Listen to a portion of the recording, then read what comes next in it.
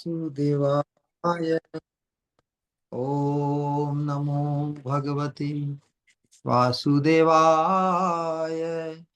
नारायणं नमस्कृत्य नरं चैव नरोत्तमं देवीं सरस्वतीं व्यासं ततो जयमुदीरयेत्। नष्टप्रायेषु अभद्रेषु नित्यं भागवत सेवया भगवती उत्तम श्लोके भक्ति भवती नैष्ठिकी। परम धर्म जो भागवत धर्म कहलाता है, उसके अनुशीलन रूप इस दिव्य कार्यक्रम में आप सभी का स्वागत है। हम परम धर्म का निरूपण करने वाला जो अन्यतम ग्रंथ है श्रीमद् भागवतम, जिसमें कृष्ण प्रेम का ही परम पुरुषार्थ के रूप में निरूपण हुआ है, और उस परम पुरुषार्थ श्री कृष्ण प्रेम के भी परमतम सोपान जो राधा दास्यम है, उस राधा दास्यम की उपलब्धि तो कृष्ण प्रेम का परम सोपान है, उसे प्रदान करने का संकल्प लेकर महाप्रभु आए हैं। तो वास्तव में हम जिस युग में जी रहे हैं, ये वास्तव में महाप्रभु की, भगवान की कृपा। भगवान जब स्वयं इच्छा करके जो चीज प्रदान करना चाहते हैं, तो वास्तव में उस सौभाग्य से भगवान ने अनंत काल से किसी को परिचित नहीं कराया, क्योंकि उसके लिए एक अलग प्रकार की योग्यता चाहिए। जब तक साधक को अपनी नितांत अयोग्यता का एहसास न हो, तब तक अमूल्य वस्तु को प्राप्त करने की वो योग्यता अर्जित नहीं करता। कितना बड़ा विरोधाभास है इस वाक्य में ना। क्योंकि जो अमूल्य वस्तु है, उसे प्राप्त करने के लिए यदि कोई अपनी अपनी योग्यता की कीमत दांव पे लगावे, तो कितनी भी अयोग्यता होने पर भी वो जो अमूल्य वस्तु है उसकी कीमत नहीं लगा सकता ना। लेकिन जो व्यक्ति बहुत योग्य हो, साधन संपन्न हो, शारीरिक शक्ति संपन्न हो, मन, योग, प्राणायाम, अनेक प्रकार के अनुष्ठान, अ, मन के, उस व्यक्ति के लिए अपने आप को नितांत अयोग्य मानना असंभव है ना। और इसीलिए इतने युगों के इतने युगों में इतने योग्य व्यक्ति, पूर्व में जितने बड़े बड़े महाजन और महत् पुरुष भी हुए, उनके लिए भी भगवान ने ये जो अमूल्य वस्तु, अनर्पित चरीम चिरात, अनंत काल से जिसका वितरण नहीं हुआ, उसे हम जैसे पतित जीवों के लिए उपलब्ध कराया। क्योंकि हारि को हरि नाम, कलयुग की परिस्थिति ऐसी होती है, अनेक प्रकार की विकटताएं, उसके अंतर्गत व्यक्ति, भले ही हर मनुष्य अपने आप को चतुर समझता है, हर मनुष्य अपने आप को एक्सपर्ट समझता है, लेकिन परिस्थिति अच्छे अच्छे को झुका देती है, अच्छे अच्छे को वशीभूत, मजबूरी में व्यक्ति टूट जाता है। इसलिए जो जिस उपाय से वो अपनी इस विकट अवस्था से अपने आप को मुक्त कर सके,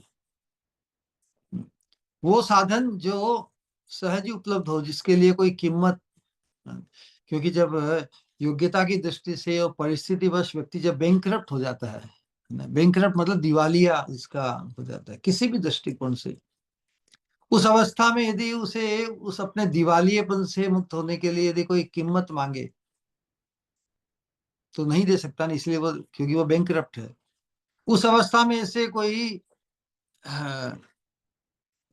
कृपा रूप में ही कोई साधन उपलब्ध हो जाए, बस। इसलिए राधा गोविंद महाराज अपनी कथा में कहते हैं कि हारे को हरि नाम, कलयुग में व्यक्ति सहज हार जाता है, तो उस समय हरिनाम के आश्रित होकर जीव उस सौभाग्य को पा सकता है जो अनंत काल से प्रयास करते हुए अनंत काल से अनगिनत बार साधक बनकर भी उसे उपलब्ध नहीं कर पाया। इसलिए हम जो साधना में वर्तमान लगे हैं वो बड़ी अनूठी है, इसकी हमें अनुभूति नहीं है, इससे हम अभ्यस्त भी नहीं है, इसलिए नया लगता है। सोचते अरे प्राय कोई नहीं करता, नहीं इस प्रकार की साधना में संलग्न नहीं है।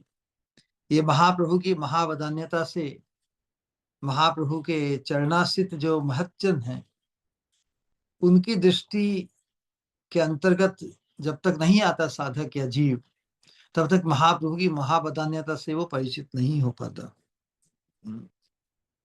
विशेष रूप से महाप्रभु जो देने आए हैं, यदि हम उससे परिचित नहीं हो और उसके प्रति हमारा फैसिनेशन जागृत नहीं हो, तो महाप्रभु के मनोभिष्ट को की पूर्ति में न केवल अपना खुद का योगदान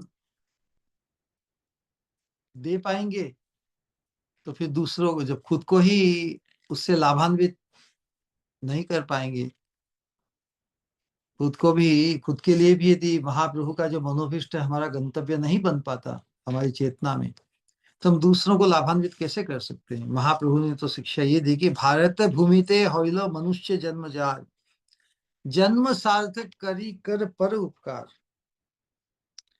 तो मनुष्य जीवन को सार्थक करना है, महाप्रभु की भाषा में राधा दास्यम रूपी कृष्ण प्रेम के परमतम सोपान को उपलब्ध करके महाप्रभु चूंकि ये देना चाहते हैं, तो फिर हम क्यों उसके प्रति हमारी मनसा भी बना लेवे।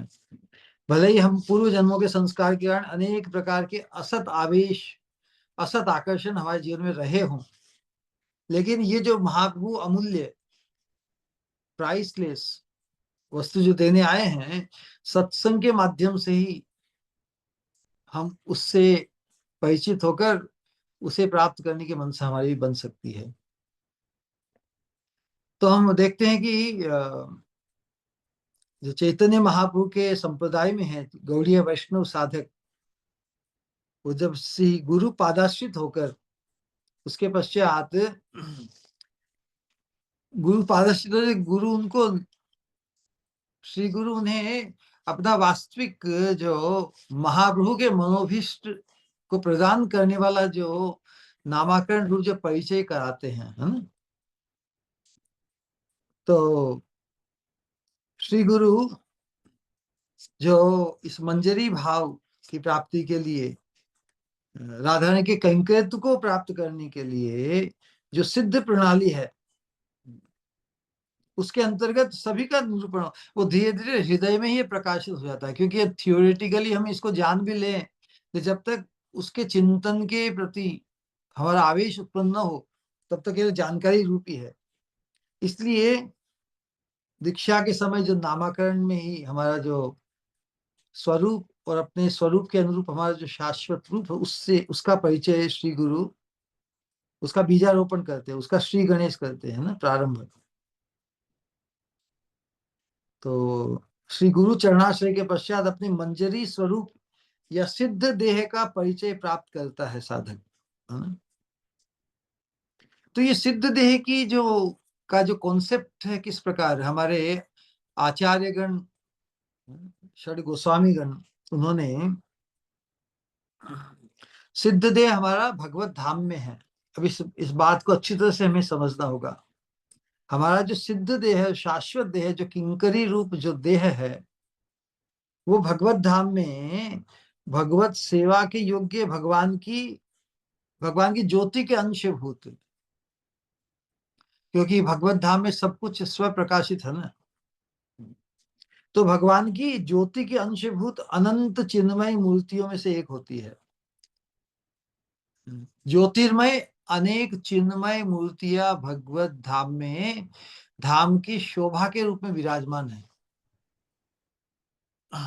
अनंत चिन्मय मूर्तियां, और जो अनंत जीव हैं, साधक बनकर सत्संग के माध्यम से महाप्रभु के मनोभीष्ट से परिचित होकर जब उसका संकल्प स्थापित होता है गुरु पादाश्रित होकर के, मैं तो राधा रानी की किंकरी हूँ, मुझे राधा रानी के कैंकर्यत्व को प्राप्त करना है ना। तो श्री गुरु अपने ध्यान से कही अथवा श्री गुरु के अंतर में भगवान ही साधक के लिए जो उपयोगी चिन्मय देह है उसका प्रकाश होता है ना। क्योंकि ये सब दिव्य ज्ञान हृदय में प्रकाशित होता है, इसके लिए थियोरेटिकली हम बहुत कुछ समझ के भी वो हमारे पल्ले नहीं पड़ेगी। तो भगवान के धाम में स्थित जो अनंत मूर्तियां हैं उनमें से किसी एक मूर्ति के रूप में साधक को अंगीकार करेंगे भगवान, है ना। तो उस रूप, उसी मूर्ति को साधक की सिद्ध देह के रूप में निर्दिष्ट किया जाता है। इसीलिए नरोत्तम दास ठाकुर जी कहते हैं कि साधने भाविवे जहां, इस वर्तमान साधन काल में हम जिस रूप की,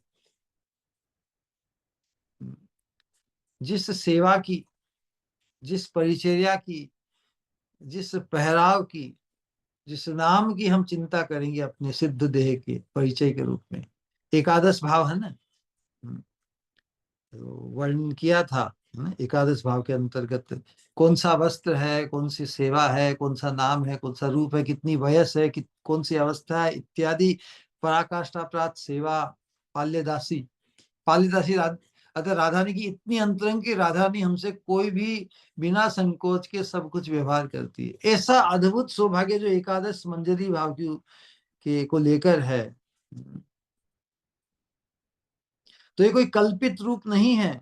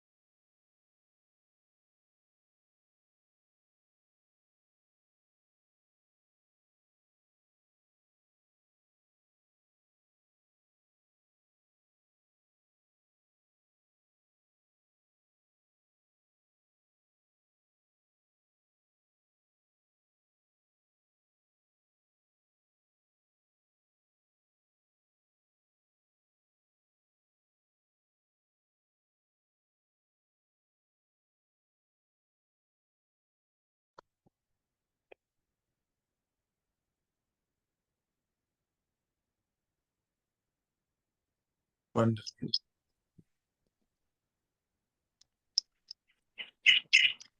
ओके, तो वास्तव में ये जो ये जो चिंतन है, सिद्ध देह का चिंतन है, कोई काल्पनिक नहीं है। हम सबके लिए ही चिन्मय देह है, भगवत धाम की शोभा रूपे वहां पर स्वप्रकाशित वर्तमान है। हम उसके लिए इच्छा ही नहीं कर पाए, समझिए। उस सौभाग्य, उस दिव्य रूप को पाने की हमारी स्पृहा ही जागृत नहीं हुई। तो इसलिए हम तक ये इस सौभाग्य से का परिचय कराने के लिए हमारे जीवन में महत् पुरुष या श्री गुरु आते हैं। इसलिए श्री गुरु को भगवान की करुणा घन मूर्ति, जो करुणा भगवान जीव मात्र के लिए बरसाना चाहते हैं, उसकी जो एवेन्यू है, जिस स्रोत से वो कृपा साधक या बद्ध जीव के जीवन में ग्राह्य बनती है, या जो ग्राह्य कराते हैं, वही श्री गुरु है।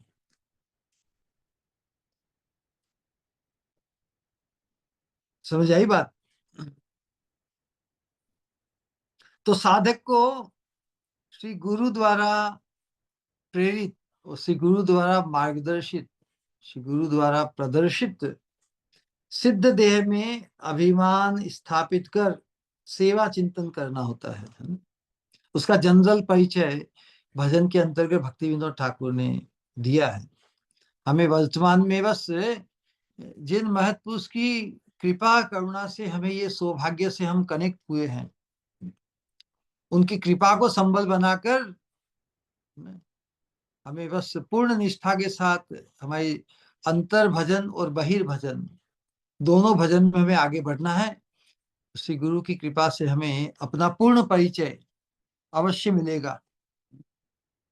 भगवान से जैसे जैसे हम परिचित होते जाएंगे, भगवान की आइडेंटिटी कि राधा रानी हमारी सर्वस्व, वो हमारी स्वामिनी है। यदि राधा रानी हमारी स्वामिनी है तो हम कौन हुए? हम उनकी किंकरी।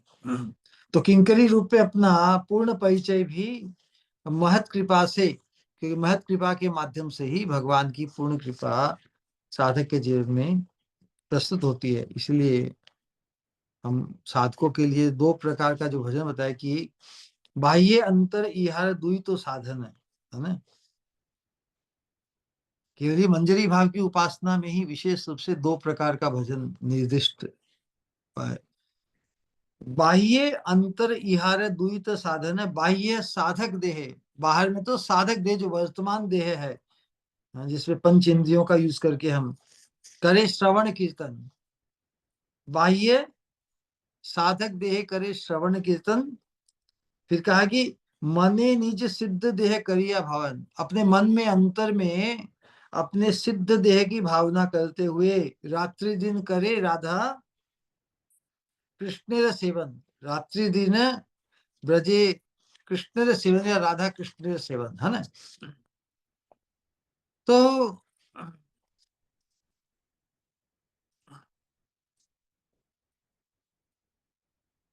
तो दो प्रकार के साधन का जो वर्णन किया इसी प्रकार है कि सिद्ध देह में अभिमान रखते हुए मन से श्री श्री राधा कृष्ण की अष्टकालीन प्रेम सेवा का चिंतन किया जाता है। अब वास्तव में जिन भगवान की सेवा की हम चिंता करते हैं, भगवान तो परोक्ष है, प्रत्यक्ष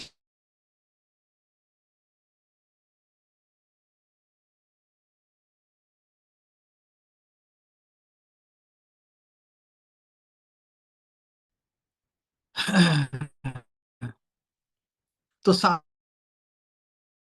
योग्यता के अनुसार, योग्यता अर्थात जितनी उसकी चित्त का शुद्धिकरण हो,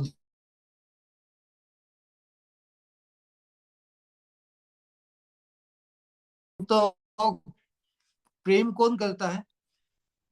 साधक न। तो जो हम प्रेमी हैं, उनका भाव क्या है? तो साधक की योग्यता के अनुसार, क्योंकि भगवान के साथ अलग अलग रस के साथ उसका संबंध है ना, तो जो इस मंजरी भाव की योग्यता को अर्जित करता है, तो साधक की योग्यता के रूप गुण लीला आदि के आस्वादन के साथ साथ मानसिक सेवा का स्मरण, ये आंतरिक साधक साधन है ना। लेकिन उसकी अनुभूति कराने के लिए ही हमारे जीवन में भगवान महत्पुरुष के रूप में या श्री गुरु के रूप में आते। चैतन्य चैतामृत में वर्णन है कि दीक्षा गुरु के त जाने कृष्णेर रूप। दीक्षा गुरु को किस रूप में माने कि ये साक्षात मेरे जीवन में कृष्ण ही आए इस रूप में। दीक्षा गुरु के त जाने कृष्णेर रूप, शिक्षा गुरु के त जाने कृष्णेर स्वरूप। जो शिक्षा गुरु होते हैं उन्हें कृष्ण का स्वरूप, इन आइडेंट स्वरूप कहने इसका तात्पर्य महिमा, इस बात को समझना। किसी व्यक्ति की महिमा को सुनकर उसके प्रति आकर्षण हो, उसमें यदि प्रेम हो तो उसका, लेकिन किसी के रूप को देख के ही उसमें प्रीति हो जाए, प्योर माधुर्य प्रीति। माधुर्य कहने इसका तात्पर्य रूप से ही है ना, रूप माधुरी। तो माधुर्य के प्रति आकृष्ट होकर, किसी के रूप के प्रति आकृष्ट होकर यदि किसी में प्रीति हो सकती है, अदरवाइज किसी की महिमा को सुनकर, भगवान कृष्ण की महिमा गजब की है ना, ईश्वर है, परम है, कृष्ण है, सच्चिदानंद विग्रह है, अनादिरादिर गोविंद है, सर्व कारण कारण, इतनी महिमा सुनकर तो कोई भी उनको चाहेगा ना। तो शिक्षा गुरु चूंकि भगवान की महिमा से हमें परिचित कराते हैं, तो वास्तव में तो प्राय यही देखा जाता है कि जो हमारे दीक्षा गुरु है वही हमारे मुख्य रूप में शिक्षा गुरु भी होते हैं। तो इसलिए श्री गुरु में दोनों ही भगवान के रूप और भगवान की महिमा है ना।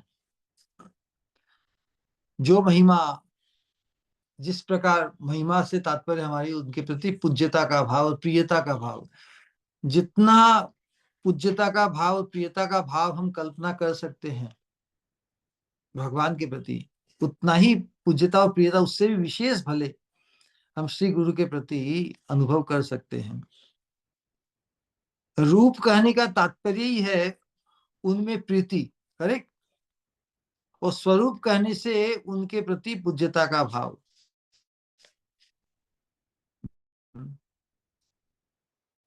तो परम प्रियता एवं परम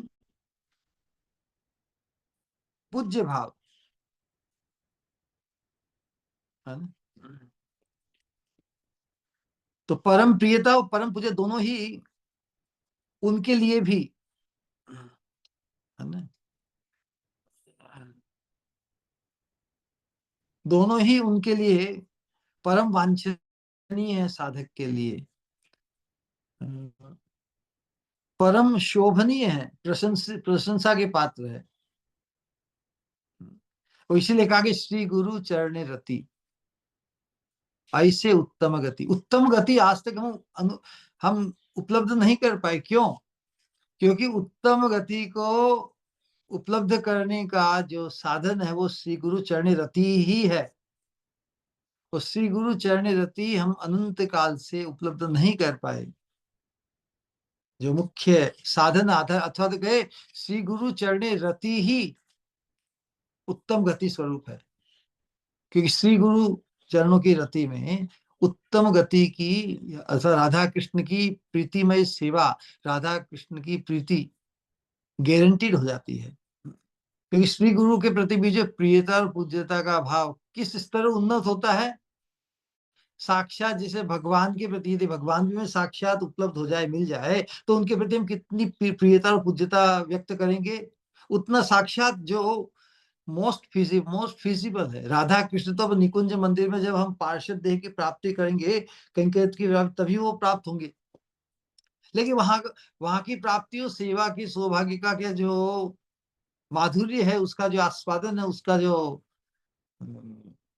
सौभाग्य है, उससे यदि हम परिचित इस साधन काल में नहीं होते तो फिर चिन्मय धाम में जाने के लिए हम तत्पर होंगे क्या? नहीं होंगे।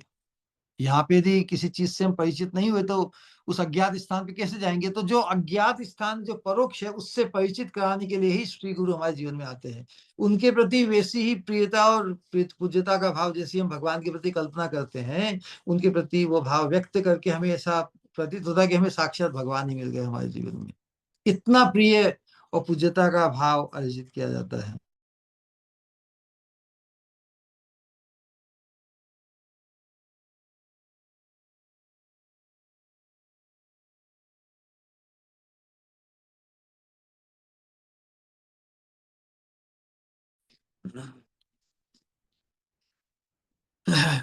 तो जब वो हमारी अनुभूति बन जाती है साधक के रूप में, तो फिर उसके क्योंकि वो भगवान की, राधा कृष्ण के नाम रूप गुण लीला की जो दिव्यता और जो आकर्षण है उससे अभिन्न है। ये तो एक सिंपल रूप में परिचय है।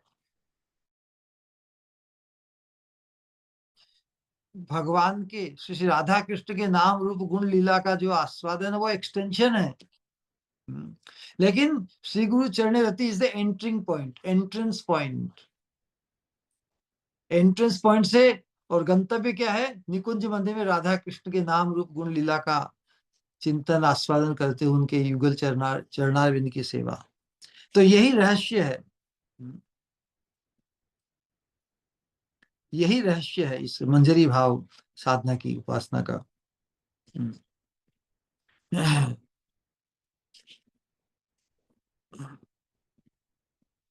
किस प्रकार हमारी भगवान की जो परम स्मरणीय हमारे लिए ना, स्मरणीय भगवान की साक्षात सेवा प्राप्ति के लिए उत्कंठा या आरती क्रमशः बढ़े, है ना?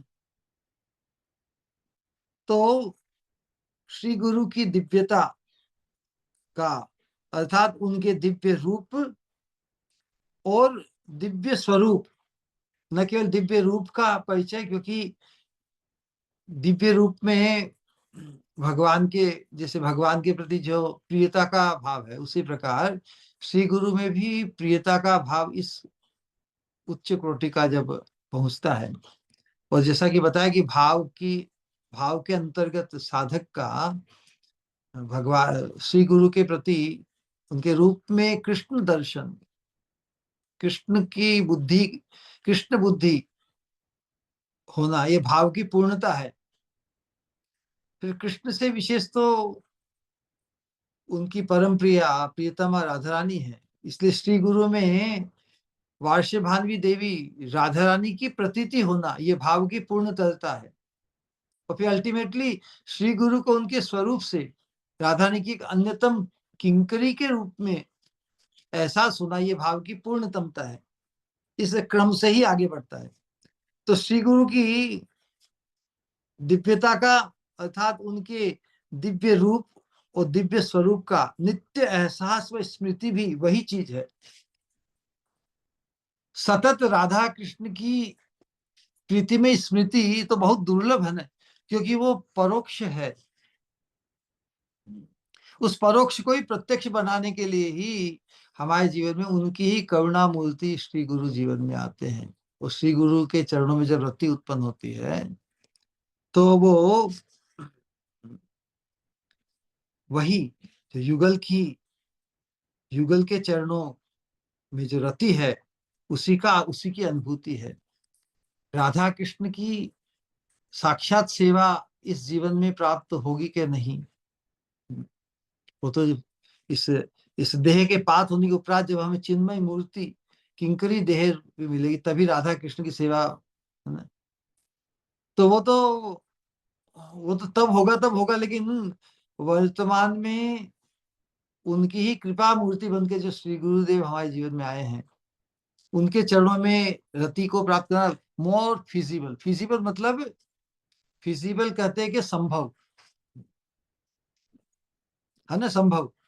क्योंकि श्री गुरु प्रत्यक्ष है हमारे जीवन में। इस सिद्धांत को जितना जल्दी हम हृदयंगम करेंगे उतना ही हम इस मंजरी भाव की साधना में आगे बढ़ते चले जाएंगे, है ना?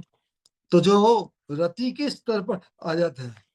श्री गुरु चरणे रति, वही रति के स्तर का प्रारंभ भी श्री गुरु के चरणों के माध्यम से होगा। तो जात रति साधक जो रति के स्तर पे आ गया है, जिसके हृदय में रति उत्पन्न हुई है, तो जात रति साधक के अंतःकरण में सिद्ध देह की स्फूर्ति स्वतः हुआ करती है। क्योंकि फिर श्री गुरु जिनके चरणों में उसकी रति है, उसके लिए वो श्री गुरु भी साधारण मनुष्य है ही नहीं। उनमें तो जो भाव की पूर्ति, कृष्ण बुद्धि, कृष्ण दृष्टि, राधा रानी बुद्धि, राधा रानी दृष्टि, या श्री गुरु का जो मंजरी रूप है वो दृष्टि, तो जातरति साधक के अंतःकरण में सिद्ध देह की स्फूर्ति स्वतः हुआ करती है। जिस प्रकार वो अपने आप को साधक अवस्था में स्वयं को राधा रानी की किंकरी तो मानता ही है, उसी अभिमान को पुष्ट करता है ना। और सिद्ध देह की जो स्फूर्ति है उसे स्वतः होने लगती है। लेकिन हमारी अवस्था तो अजात रति साधक है। अजात रति साधक को सिद्ध देह का चिंतन करके ही सहज नहीं है, अभी स्वतः स्फूर्त नहीं है। हमें कॉन्शियसली ये अपने आप को बार बार आवृत्ति इस प्रकार के अनुशीलन द्वारा, चिंतन द्वारा सिद्ध देह का चिंतन करके ही मानस सेवा करनी होती है। तो बाह्य साधन जो श्रवण कीर्तन, जो हमें माला जप करते हैं, भागवत अध्ययन, अनुशीलन, भक्ति के अनेक अंगों का अनुष्ठान हम करते हैं, तो उससे क्या होगा, बाह्य साधन श्रवण कीर्तन आदि द्वारा साधक के चित्त से जो कामना वासना भी असत आवेश है ना, जो काम क्रोध लोभ मोह मद मात्सर्य आदि मल जैसे जैसे दूर होते हैं, उसी के अनुरूप स्पष्ट और स्पष्ट और स्पष्ट रूप से सिद्ध देह की स्फूर्ति और मानस सेवा की सुंदरता आती है कि यस, अपने सौभाग्य से हम परिचित होने लगते हैं कि अरे मैं तो राधा रानी की किंकरी हूँ। तो राधा रानी की किंकरी होने का जो गुमान और जो एहसास हो कितना चिन्मय होगा, वो हमारे जो अनंत जन्मों के जो असत वासनाओं के जो आवेश है, काम क्रोध लोभ मोह मद मात्सर्य रूप में, वो अपने आप ही अपना रास्ता पकड़ लेंगे। तो जो वेरी सिंसियरली और पूरे फोकस के साथ प्रयत्नशील साधक इस नश्वर देह और इस नश्वर देह से संबंधित जितने भी अभिमान है, मैं किसी का ये हूं, मैं पहले तो मैं ये हूं, है ना, मैं मतलब इस देह को लेकर अभिमान, फिर मैं किसी का पति हूं, मैं किसी का बाप हूं, किसी का ये हूं, किसी का बेटा हूं, किसी का, है ना। तो ये देह देहिक आदि का जो अभिमान आवेश त्याग कर अपने सिद्ध स्वरूप में दृढ़ अभिमान पोषण करने की चेष्टा किया करते हैं। अरे मैं ये नहीं हूं, मैं ये नहीं, मैं ये नहीं हूं। महाप्रभु को जब पूछा गया तुम कौन हो, तो महाप्रभु ने कहा कि ना हम विप्रो न च नरपति नापि वैश्यो न शूद्रो ना हम वर्णी न च गृहपति न वनस्थो यतिर्वा किंतु प्रोद्यन निखिल परमानंद पूर्णामिताब्धे गोपी भर्तु पद कमले दासी दासी नु दासी। हैं? गोपियों के भरता मतलब भगवान श्री कृष्ण, उनकी दासी कौन हुई, गोपियां, और गोपियों की दासी हम मंजरिया, दासी की दासी की दासी। तो अपने इस सिद्ध स्वरूप में दृढ़ अभिमान का पोषण करने की हम चेष्टा करते हैं। शास्त्र में इसी चिंता के लिए हमें प्रोत्साहित भी किया गया है कि आत्मानम चिंतयेत तत्र तासा मध्य मनोरमाम। अपना परिचय यदि गुमान करना है तो अपने उस रूप का गुमान करे जो हमारा शाश्वत परिचय है। मंजरी स्वरूप से, मंजरी स्वरूप का तात्पर्य है कि हमारा जो चिन्मय देह है, आत्मानम मतलब खुद के लिए, आत्मानम चिंतयेत तत्र, हम अपने आप का इस प्रकार चिंतन करें आत्मा में खुद में, तासा मध्य मनो, तासा मतलब वहां पर, मध्य मनोरमाम रूप यौवन संपन्नाम किशोरीम प्रमदाकृतिम सखीनाम संगिनी रूपाम आत्मानम वासनामयीम आज्ञा सेवा पराम तद्वत रत्न अलंकार भूषिताम। संत कुमार संहिता में इस प्रकार का अपने लिए आत्मचिंतन के लिए बताया है। तो रागानुगीय साधक जो हम हैं, वृंदावन में अपने आप का चिंतन किस प्रकार करेंगे कि वृंदावन में श्री कृष्ण कांता गोपिकाओं में, उनके बीच में स्वयं का एक रूप यौवन संपन्न किशोरी प्रमदा के रूप में चिंतन करेंगे हम। हमारा चिंतन, अंतस चिंतन कैसा होगा कि हम वृंदावन में श्री कृष्ण कांताओं या गोपियों, नायिकाओं के बीच में स्वयं का एक रूप यौवन संपन्न किशोरी प्रमदा के रूप में चिंतन करें, है ना। श्री ललिता, विशाखा, श्री रूप मंजरी आदि सखियों की संगिनी, उन लोगों की आज्ञा अनुरूप श्री श्री राधा कृष्ण की सेवा में परायण श्री राधा रानी की जो प्रसादी वस्त्र माल्या इत्यादि जो आभूषण जो धारण करती है राधा रानी, वस्त्र इत्यादि वस्त्र आभूषणों से भूषित, हम किन चीजों का के वस्त्र धारण करते हैं? जो वस्त्र राधा रानी ने धारण किए हैं। तो राधा रानी के प्रसादी वस्त्र आभूषणों से भूषित इस रूप में अपनी वासनामयी या भावनामयी मूर्ति का चिंतन करें। कैसा अद्भुत चिंतन है। हम वही वस्त्र धारण करेंगे जो राधा रानी की प्रसादी, जो राधा रानी ने धारण किए। राधा रानी में उसमें उन वस्त्रों के श्रृंगार के साथ श्याम सुंदर के स्पर्श को प्राप्त, राधा रानी के श्री अंगों की गंध को प्राप्त, श्याम सुंदर के श्री अंगों की गंध को प्राप्त जो वस्त्र है, वो वस्त्र हमें प्रसादी रूप में हम धारण करने को मिलेंगे। तो साधक सिद्ध, नित्य सिद्ध सखियों के समान, जो भाई नित्य सखियां हैं, उनके समान ही भाव रूप आदि से युक्त स्वरूप में अपनी आत्मा का ईक्षण करे, अपने आप को उन नित्य सिद्ध सखियों के बीच में ही खुद को माने।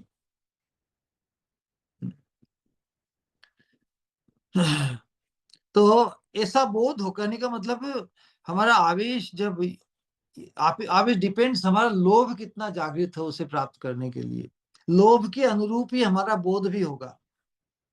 किस प्रकार का बोध हो कि साधक अपने मंजरी स्वरूप को देख रहा है, अपने आप को मंजरी रूप में ही देख रहा है वहां उन सबके बीच में, और वो मंजरी स्वरूप नित्य सिद्ध सखी जैसे भाव रूप आदि से संपन्न है। कैसी है? अपने मंजरी स्वरूप में, मंजरी स्वरूप मतलब सुंदरी रूप में, स्वरूप मतलब परिचय ना, तो सुंदरी कहने से वो हमारा स्वरूप है। सुंदरी किस प्रकार की? मंजरी, मंजरी राधा रानी की ही होती है अंतरंग में, कृष्ण की मंजरी नहीं होती। मंजरी किसकी होती है? राधा रानी की। तो अपने मंजरी रूप को देख रहा है, और वह मंजरी स्वरूप नित्य सिद्ध सखी जैसे हाव भाव से, भाव रूप आदि से संपन्न है। ये इस हद तक ही अर्थात इस भाव रूप आदि से युक्त जो शरीर है, मंजरी भाव उपासना का साधक उस अंतस चिंतन में क्या देखता है कि इस भाव, मंजरी भाव, किंकरी भाव और किंकरी रूप आदि से युक्त जो शरीर है, वह शरीर ही मैं हूं। देखिए, प्रारंभिक कृष्णा को, कृष्ण भावना मृत्यु हम हमें ये उपदेश दिया था कि ये तुम ये शरीर नहीं हो, है ना। प्रारंभिक शिक्षा क्या है?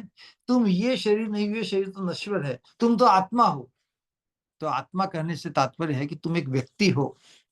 आत्मा कहने से ये नहीं कि उसका कोई रूप नहीं है, रूप मतलब शरीर नहीं है। तुम ये, हम ये शरीर नहीं है, तो फिर कौन सा शरीर है? If you are not this body, अंग्रेजी में कहते हैं you are not this body, तो कहने का तात्पर्य क्या? That means you are no body. क्या तुम कोई शरीर नहीं हो? ये और यू आर सम बॉडी, तो विच बॉडी?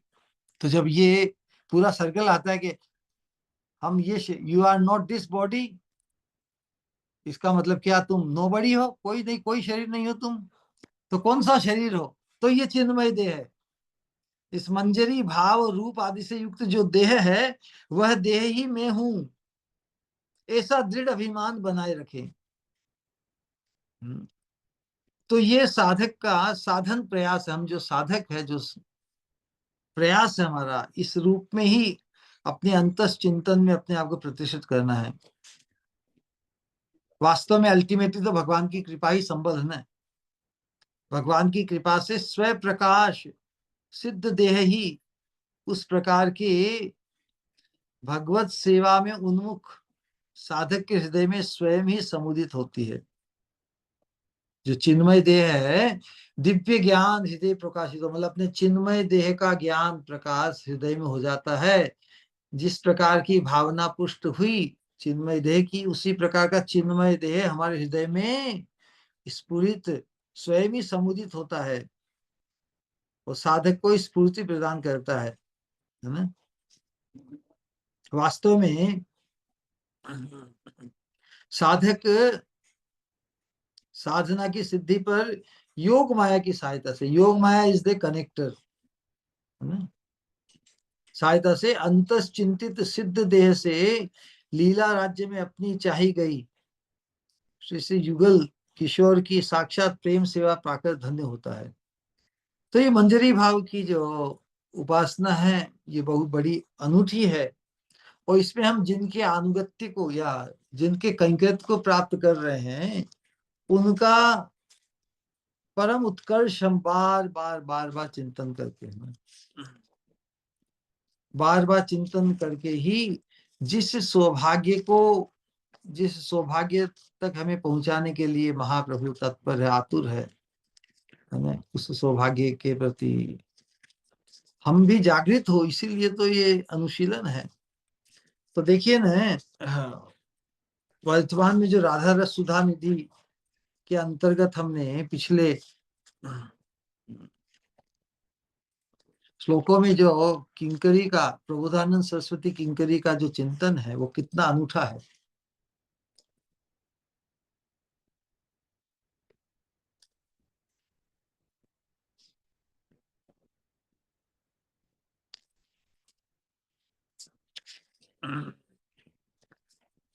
जो राधा रानी के वदन के माधुर्य का आस्वादन जो करती आई, किस प्रकार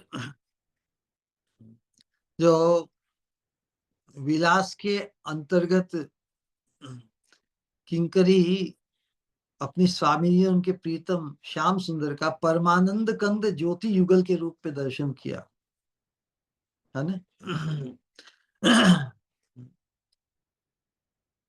क्योंकि जिनका सौभाग्य राधा रानी के वदन माधुरी का आस्वादन चिंतन में स्फूर्ति में जिसको हो गया, क्या उसका लोभ छूटेगा क्या?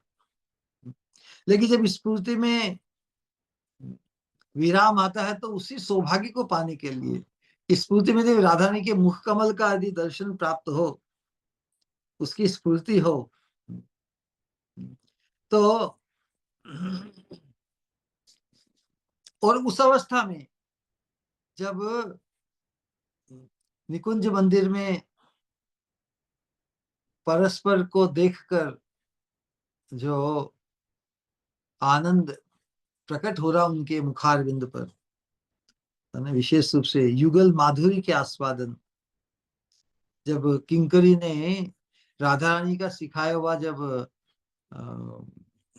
कृष्ण भगवान कृष्ण को प्रेम मूर्छा से बाहर निकालने के लिए जो राधा रानी विषयक संगीत के साथ गीत गाया, तो उससे श्याम सुंदर न केवल उस प्रेम प्रेम मूर्छा से जागे, बल्कि उसे सुनकर युगल की परस्पर विलसित होने की जो की जो उन्मादना है, जो स्प्रिय है, वो जागृत हो गई। तो किंकरी तो ने अपना मकसद पूरा किया। वो तो सदा ही बार बार युगल अपनी स्वामिनी का श्याम सुंदर के साथ मिलन संपादित करना ही उसका एकमात्र एकांतिक लक्ष्य रहता है। तो किंकरी ने वो संपादित किया, और जब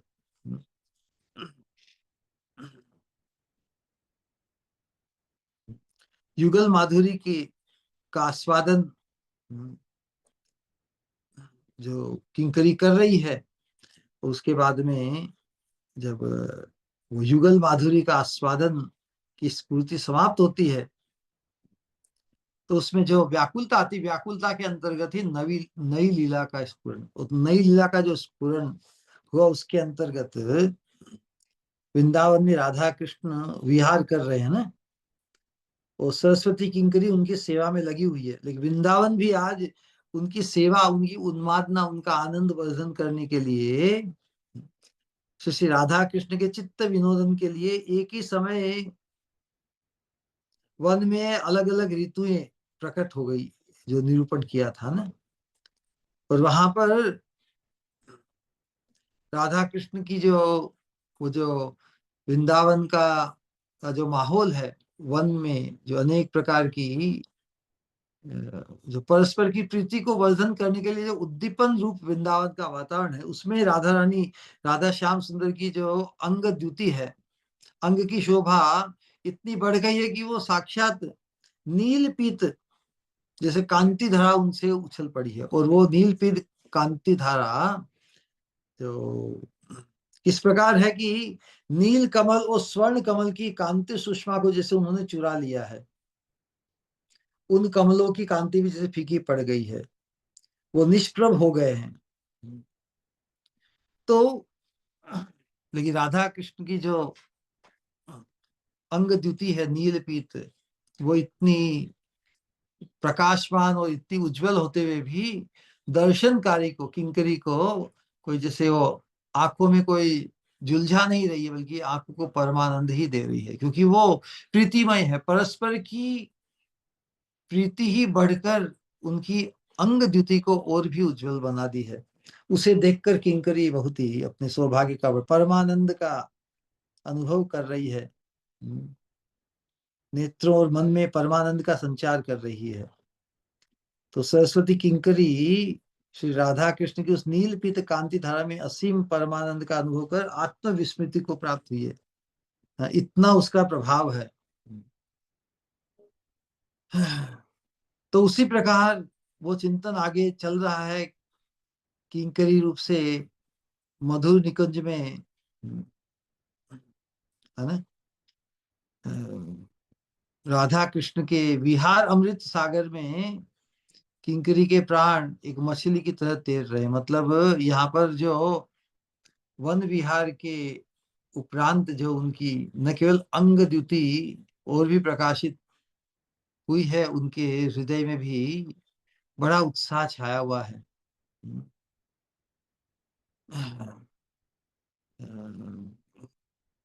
और साथ में क्या अनुभव कर रही है कि किंकरी अपनी स्वामिनी के उत्कर्ष का अनुभव कर रही है। किस रूप में कर रही है, किस प्रकार उत्कर्ष को प्राप्त कर रही है राधा रानी, कि राधा रानी के जो केली विलसित नेत्र कटाक्ष की एक छोटी सी कला से, छटा से, है ना, नेत्र, छोटे से नेत्र कटाक्ष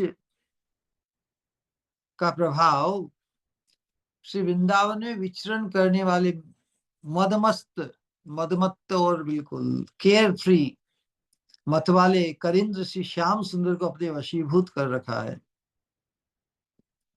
तो राधा रानी का, हमारी स्वामी का जो नेत्र कटाक्ष वो साधारण थोड़ी है।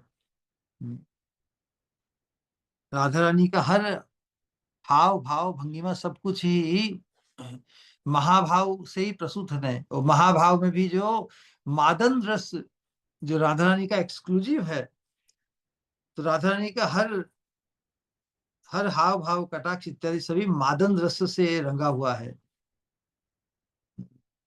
वैसे तो भगवान कृष्ण को मोहित या भगवान कृष्ण को सुखी या आनंदित मनोरंजित करने के लिए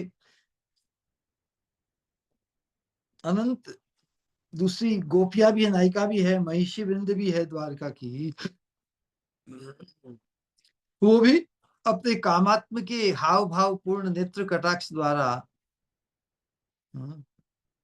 भगवान को इम्प्रेस करना चाहती है। लेकिन भगवान उनके कामात्म के हाव भाव के पूर्ण नेत्र कटाक्ष द्वारा भी विचलित नहीं होते, है ना। लेकिन वही श्याम सुंदर जो इतने चतुर शिरोमणि हैं, अच्छे अच्छे के चक्र में नहीं आते, वे हमारी स्वामिनी राधा रानी की केली लालित्य से रंजित नेत्र कटाक्ष की एक भंगिमा से एकदम जैसे, जैसे श्रृंखला में बंधा हुआ हाथी है ना, हाथी बहुत भारी भरकम होता है, अनरूली होता है ना, किसी के पकड़ में नहीं आता, लेकिन राधा रानी की कटाक्ष भंगिमा की एक कला से वो इतना भारी भरकम अनरूली हाथी भी जैसे श्रृंखला में बंधे हुए हाथी हाथी की तरह वशीभूत हो जाता है। वशीभूत नहीं होता, बल्कि आज्ञा मांगता है कि हे राधे, जो आज्ञा कहते हैं, कहते हुए श्याम सुंदर कुंज भवन में विद्यमान, इस प्रकार का अनुभव किंकरी कर रही है। तो ऐसा सामर्थ्य, एक्सक्लूसिव सामर्थ्य राधा रानी में ही है ना, क्योंकि वो मादनाख्य महाभाव स्वरूपा श्री राधा रानी के मान रस की, श्याम सुंदर राधा रानी के मान को सहन नहीं कर पाते। तो जब इस प्रकार की अपनी स्वामिनी के उत्कर्ष का साक्षात जैसे दर्शन करते हुए जब स्फूर्ति में लीला का अवसान आता है, तो राधा रानी अपनी वेशभूषा श्रृंगार को उन्हें आज्ञा देकर सबराती है। क्या चाहते हो, इतने वशीभूत होकर आज्ञा की बाट जो है, तो राधा रानी अपने प्रियतम श्याम सुंदर की मनसा को पूरी करेंगे ना। यदि वो राधा रानी की आज्ञा का पालन करके ही सुख का अनुभव करना चाहते हैं, तो राधा रानी तो उसमें अवश्य ही उनके अनुकूल होगी। तो राधा रानी की आज्ञा पाकर राधा रानी अपनी वेशभूषा श्रृंगार को उनसे सजवाती है, संवराती है खुद को। लेकिन ये तो काम प्राय किंकरियों का है। श्याम सुंदर भी कभी इच्छा करते तो राधा नहीं वो देती, लेकिन वो इतने एक्सपर्ट नहीं है, डेली अभ्यास नहीं है ना श्याम सुंदर का। देखिए, श्याम सुंदर गॉड होते हुए भी राधा रानी की सेवा में अपने आप को अक्षम महसूस कर रहे हैं, अधूरा महसूस कर रहे हैं। तो जहाँ श्याम सही रूप में वेशभूषा नहीं सवार पाते, वहां उन्हें हटाकर कौन कौन सेवा करती है? किंकरी करती है। जाओ हटो, तुमसे नहीं होगा। तो किंकरी के इस उत्कृष्टतम सौभाग्य को देकर श्याम सुंदर भी ठगे जाते हैं कि अरे काश मैं भी राधा रानी की किंकरी बन के रहता, तो मैं भी इतना एक्सपर्ट हो जाता कि उनकी हर सेवा कर पाता। और ये राधा रानी की अंतरंग सेवा का सौभाग्य सखियों को भी प्राप्त नहीं होता है ना। तो ये इतना एक्सक्लूसिव और सुपरलेटिव भाव है ना, मंजरी भाव, इसी की स्प्रिया प्रबोधानंद सरस्वती ने की है। वो साधक आवेश में हमारे लिए कह रहे हैं कि अतः हे स्वामिनी, मेरे सब प्रकार के भावों को हटाकर केवल मंजरी भाव के इस असाधारण भाव को मुझे प्रदान करो। लोक में प्रसिद्ध है, मेरे तो गिरिधर गोपाल दूसरो न कोई, जाके सिर मोर मुकुट मेरो पति सोई। अब ये भी भाव है, तो ये भाव भी परम परम सौभाग्य को पाने में बाधा रूप है। तो हमारा भाव ये हो सके, जिससे वो मीराबाई कहते मीरा के प्रभु गिरिधर नागर, तो हमारा भाव क्या होगा? दासी की दासी की स्वामिनी श्री राधे, दासी की स्वामिनी श्री राधे, हरख हरख जश गायो स्वामिनी को पायो जी मैंने, राधा श्याम रतन धन पायो। तो ये भाव है। तो वहां पे स्पृहा की कि बाकी सब भावों का निस्तार करके हटाकर केवल मंजरी भाव के इस असाधारण भाव को मुझे प्रदान करो, जिससे कुंज में ऐसा सौभाग्य प्राप्त करती रहूं। इस भाव को व्यक्त किया गया, उसी के एक्सटेंशन में अब किस प्रकार राधा रानी का जो चिंतन है, किस प्रकार राधा रानी महाविद्या, राधा रानी की कृपा दृष्टि, जब राधा रानी से ये प्रार्थना की गई है कि वो अन्य सभी भावों का निस्तार मिटाकर किंकरी भाव में ही मुझे प्रतिष्ठित करे, अब वास्तव में ये मांग तो बहुत बड़ी है। साधक आवेश में तो साधक हमेशा ही अपनी अयोग्यता को ही प्रकट करता है ना। और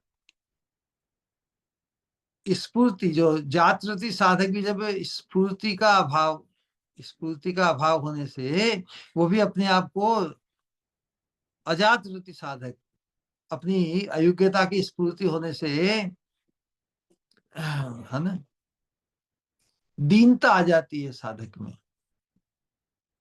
दैन्य से भर उठते हैं। तो जब दीनता आती है तब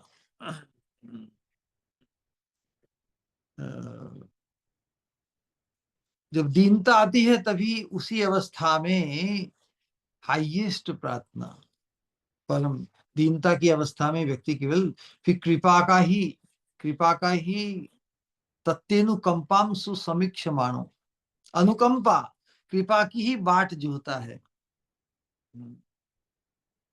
तो दैन्य दीनता आती है तब उस अवस्था में भुक्ति मुक्ति आदि साधारण गतियों को शिथिल कर राधा दास्य रूपी असाधारण परमागति प्रदान करने की प्रार्थना श्रीमती के चरणों में करते हैं, है ना। ये दैन्य भाव और प्रीति प्रेम दोनों एक दूसरे के पर्याय ही हैं। जिस साधक के जीवन में दैन्य आता है वही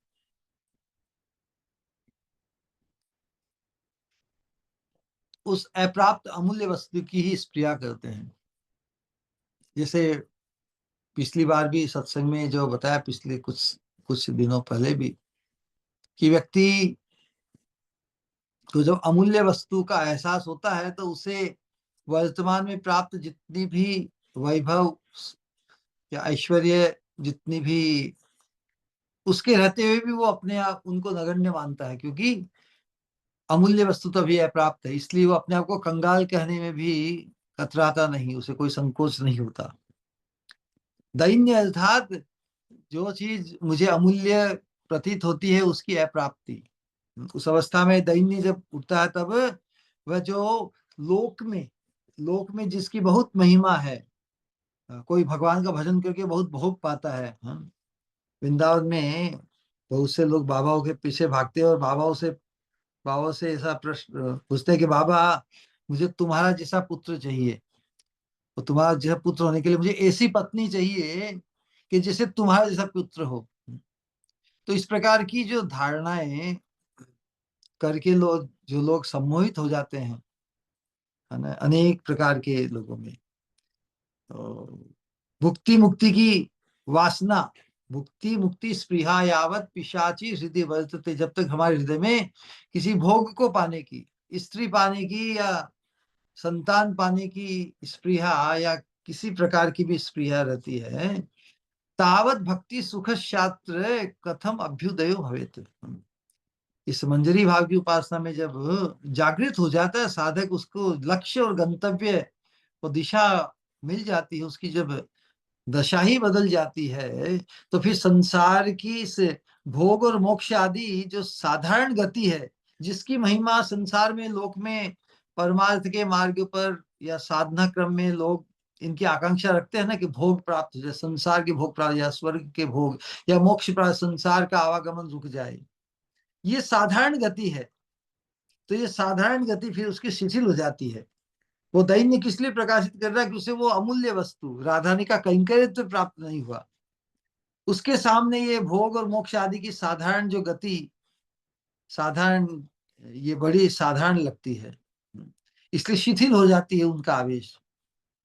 क्योंकि एकांतिक मति राधा दास्य रूपी असाधारण परमागति प्रदान करने की प्रार्थना श्रीमती के चरणों में करते हैं ना। लेकिन अचानक इतनी बड़ी, हाँ, हमारी क्या स्थिति वर्तमान में, हम कितने असत आवेशों से ग्रस्त हैं। उस अवस्था में राधारानी के कैंकर्यत्व की प्राप्ति, और हमारा साधन भजन कितना है, बिल्कुल चौपट है। तो ऐसा विचार आता है साधक को कि मेरा ऐसा साधन भजन तो है नहीं, और न ही राधा रानी के चरणों में मेरी एकांतिक निष्ठा भी है। वो भी नहीं है। इसलिए परम सुदुर्लभ संपद राधा दास्य प्राप्त करना कैसे संभव हो गए? साधक के मन में इस प्रकार की ग्लानि, इस प्रकार की दुविधा, इस प्रकार का, इस प्रकार की चिंता व्यक्त होती है, चिंता उत्पन्न होती है। राधा रानी की के कैंकेत की प्राप्ति उससे अति दुर्लभ प्रतीत होती, इसलिए वो सोचा मेरी तो योग्यता नहीं, ना साधन है, ना कोई विचार है। लेकिन दूसरी तरफ जब राधा रानी की करुणा का विचार करता है, राधा करुणाम कुरुमयी करुणा भरी ते सनक सनातन वर्णित चरिते, बोलो राधे जय जय माधव दयिते। तो सत्संग के माध्यम से इस राधा रस सुधा निधि का अनुशीलन से हमें प्रतीत होता है कि राधा रानी परम कृपालु है। तो वही सहसा उनके चित्त में श्री राधा रानी की करुणा की स्मृति उदित होती है, तो उनके निराशा भरे हृदय में आशा आलोक छा जाता है ना। भगवान की कृपा का बल कैसा है? भगवान की कृपा को जो कनेक्ट हो जाता है साधक, ये न के प्रकार कहीं से भी, तो उसकी अनंत अयोग्यताएं भी बिल्कुल अनंत अयोग्यता भी बिल्कुल समाप्त हो जाती है, नष्ट हो जाती है। तो जो भगवान की करुणा में, भगवान की कृपा में विश्वास रखने वाले साधक भगवान की कृपा स्मृति में अपनी शत शत अयोग्यताओं की बात भूलकर कृपा को पुकारता, हाँ कृपा कब होगी, कृपा कब होगी। इस प्रकार कृपा की पुकार करते हुए करुणा प्राप्त करने की आशा में तन्मय हो जाते हैं साधक।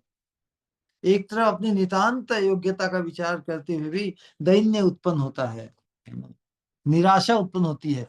उस निराशा में भी नेवर होपलेस, आशाबद्धता रूपी जो आशा है कि राधा रानी परम करुणा में यह मुझ पर अवश्य कृपा करेगी। तो करुणा प्राप्त करने की आशा में तन्मय हो जाता साधक। और हमारी स्वामी जी तो साक्षात कृपा की ही मूर्ति है।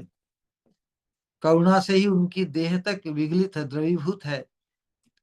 भक्त श्री राधा कृष्ण की करुणा की स्मृति में अपनी अयोग्यता की बात भूल जाता है ना।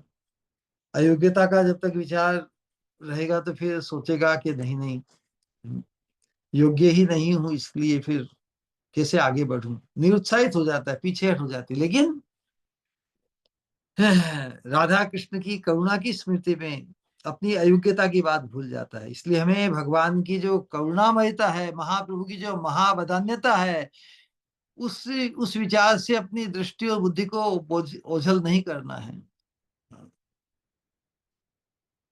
उनकी कृपा की दृष्टि के प्रति हमारी दृष्टि लग जानी चाहिए। भगवान की कृपा दृष्टि को हम ढूंढ रहे हैं ना, तो भगवान की कृपा दृष्टि के प्रति हमारी दृष्टि लग जाए तो दृष्टि से दृष्टि मिल जाएगी। तो भगवान की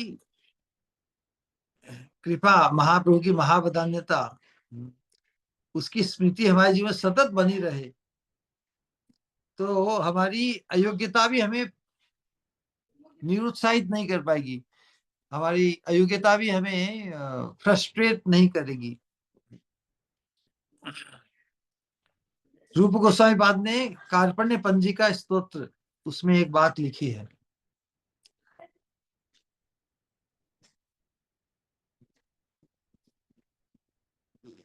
वो लिखते हैं, योग्यता में न काचिद्वा वाम कृपा लाभाय यद्यपि, योग्यता में न काचिद्वाम, भले ही मेरी योग्यता कुछ नहीं है, कृपा लाभाय यद्यपि महाकृपालु मौलित्वात् तथापि कुरुतम कृपाम। हे राधा कृष्ण, यद्यपि तुम दोनों की कृपा प्राप्त करने की मुझ में कोई योग्यता नहीं है, कृपा प्राप्त करने की भी योग्यता नहीं है, फिर भी मुझ पर कृपा करनी होगी, कारण तुम महाकृपालु शिरोमणि हो। तथापि कुरुतम कृपा, महाकृपालु मौलित्वात्, कारण तुम महाकृपालु शिरोमणि हो। अयोग्ये सापराधेपि दृश्यन्ते कृपया कुलाः, महाकृपा लवो हंत लोके लोकेश वंदितौ भक्तिर्वाम करुणा हेतुर लेशा भासोपि नास्ति में महालीलेश्वरतया तदप्यत्र प्रसिद्धतम। तुम दोनों तो उन महादयालुओं के शिरोमणि हो, है ना। जो महादयालु कहने का तात्पर्य क्या है? महादयालुओं के शिरोमणि का तात्पर्य है कि इसलिए अयोग्य धाम, हम तो अयोग्य धाम है, हम अयोग्यता की पराकाष्ठा है, अयोग्य सापराध भी, और अयोग्य होते हुए फिर अपराध पूर्ण है, इसलिए अयोग्य धाम तुम्हारी करुणा की आशा का पोषण करता हूं। जो भक्ति तुम दोनों की कृपा पाने का एकमात्र साधन है, जो भक्ति आप दोनों की कृपा पाने का एकमात्र साधन, उस भक्ति का भी लेश मात्र मुझ में नहीं है। भक्त राम करुणा ले तो करुणा हे तो लेशा भासो भी नास्ति में मुझ में नहीं है। फिर भी यह सोचकर कि तुमने पतित्वोद्धारण रूपी महालीला प्रकट की है, तुम्हारी कृपा करने के लिए, तुम्हारी कृपा प्राप्त करने के लिए मेरा हृदय आशा के आलोक से उद्दीप्त हो उठा है। क्या अद्भुत बात कही है। तो एक और अपनी नितांत अयोग्यता की स्फूर्ति पर निराशा, देखिए एक साथ साधक के जीवन में घटित होता है, और वो भी बहुत अपरिहार्य, ये बहुत आवश्यक है। एक और अपनी अयोग्यता की, नितांत अयोग्यता की स्फूर्ति पर निराशा, विषाद और आरती, और दूसरी ओर अभिष्ट की करुणा की स्मृति में आशा, आनंद और प्रार्थना है। यह अवस्था भक्ति साधना का एक आकांक्षित स्तर, इस प्रकार हमारे जीवन में कभी न कभी घटित होना चाहिए कि एक साथ निराशा और आशा का जो युद्ध है उसमें आशा की ही विजय होती है।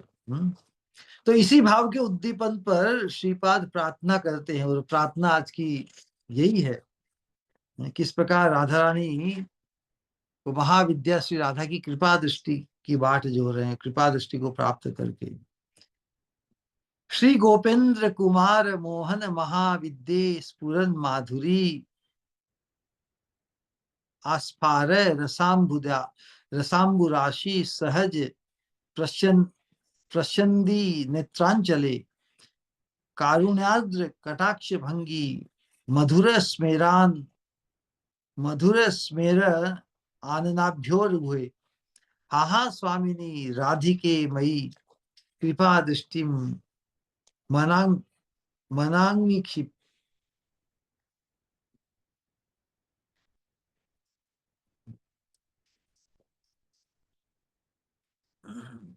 हे मधुर हास्य मंडित वदन कमलेश, हे स्वामिनी, हे राधिके, हा हा मेरी और ईशत मत थोड़ी सी कृपा दृष्टि निक्षेप करो।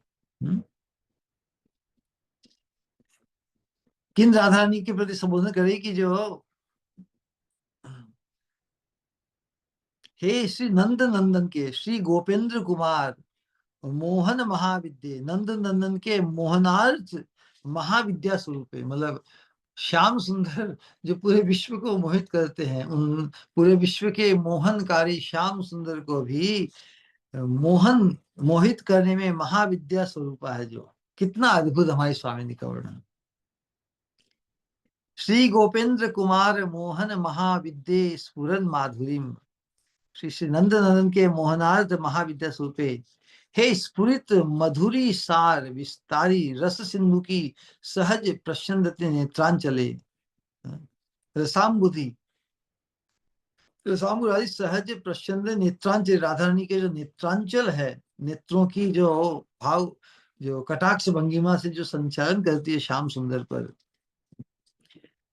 फिर कहा कि हे मधुर हास्य मंडित करुण वदने, हे स्वामिनी राधिका, हा मेरी ईशत कृपा, मेरी और ईशत कृपा दृष्टि का निक्षेप कीजिए। तो ये इस प्रकार की जो राधा रानी के चरणों में जो प्रार्थना कर रही है, उसमें राधा रानी को महाविद्या श्री राधा की कृपा दृष्टि इस प्रकार अनुभव कर रहे हैं कि हा स्वामिनी राधिके मई कृपा दृष्टि मना क्षिपति, हे स्वामिनी तुम्हें छोड़ इस विश्व में मेरा और कोई नहीं है, इसलिए तुम उपेक्षा करोगी तो मेरी क्या गति होगी। तुम कृष्ण आराधिका हो, तुम्हारी कृष्ण आराधना के कार्य में तो इस दासी की जरूरत पड़ेगी। तो यहाँ पर जो राधा रानी को जो प्रसन्न करें कि तुम्हारी कृपा दृष्टि, है, तुम्हारी कृपा दृष्टि निक्षेप करो, इसका आप प्रयोजन बता रही है कि हे स्वामिनी, आप तो आराधिका बनकर, कृष्ण आराधिका बनकर, है ना, तुम इतनी बहुत बार मग्न हो जाती हो, बहुत बार एकदम, तो उस समय समय स्थान उचित जो आवश्यक कार्य उसका भी तुम्हें स्मरण नहीं होगा, क्योंकि तुम अपने श्याम सुंदर, प्रियतम श्याम सुंदर में खोई रहती हो, कभी कभी एक दूसरे में उलझ जाते हो। तो उस समय जो आपके हित की जो सेवा आवश्यक है वो तो नहीं करूंगी, इसलिए आप कृपा दृष्टि करके मेरी उपेक्षा करोगी तो मेरी क्या गति होगी। तुम कृष्ण आराधिका हो, तुम्हारी कृष्ण आराधना के कार्य में तो इस दासी की भी आवश्यकता पड़ेगी, इसलिए मुझ में योग्यता न सही माना, अपने प्रयोजन बोध से ही, लेकिन मैं तुम्हारे काम आने वाली हूँ, मैं तुम्हारे काम आने वाली हूँ, भले मेरी और कोई योग्यता हो नहीं, लेकिन चूंकि मैं तुम्हारी हूँ, है ना, मुझ में योग्यता नहीं, फिर भी योग्यता नहीं होते भी चूंकि मैं तुम्हारी हूं, तुम्हारा अहित नहीं करूंगी बल्कि तुम्हारे काम ही आऊंगी। अपने प्रयोजन बोध से इस दीना पर थोड़ी कृपा दृष्टि निक्षेप कर इसे अपने श्री चरण सानिध्य में ले लो। तो श्रीपाद ने, प्रबोधानंद सरस्वती ने अपनी स्वामिनी श्रीमती राधा रानी की करुणा के लिए प्रार्थना की है, और इस प्रार्थना को आकृष्ट, करुणा को आकृष्ट करने के लिए जो कुछ संबोधन दिए जिनका यहाँ निरूपण किया जा रहा है, तो कुछ एक संबोधनों का जो प्रयोग कर उनका राधा रानी की करुणा का आह्वान किया है। तो उन संबोधनों में श्री राधा रानी के प्रेम, सौंदर्य, माधुर्य आदि के गुरुत्व पर प्रकाश डाला गया है। पहले कहते क्या कहते हैं, श्री गोपेंद्र कुमार मोहन महाविद्ये, हे श्री नंद नंदन को मोहने वाली महाविद्या स्वरूपे। जैसे दुर्गा का एक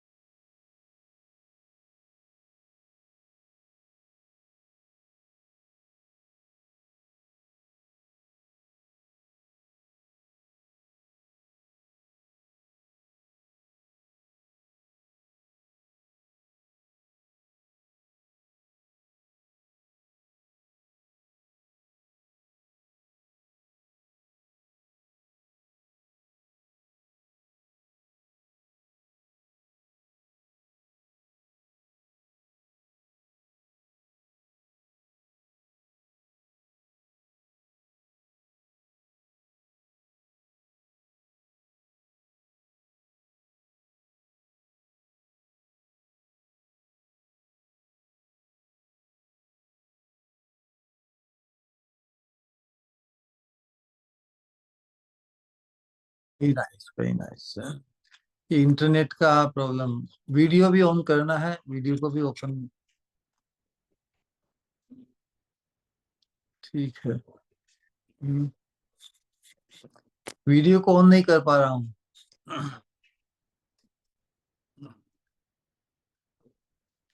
तो किंकरी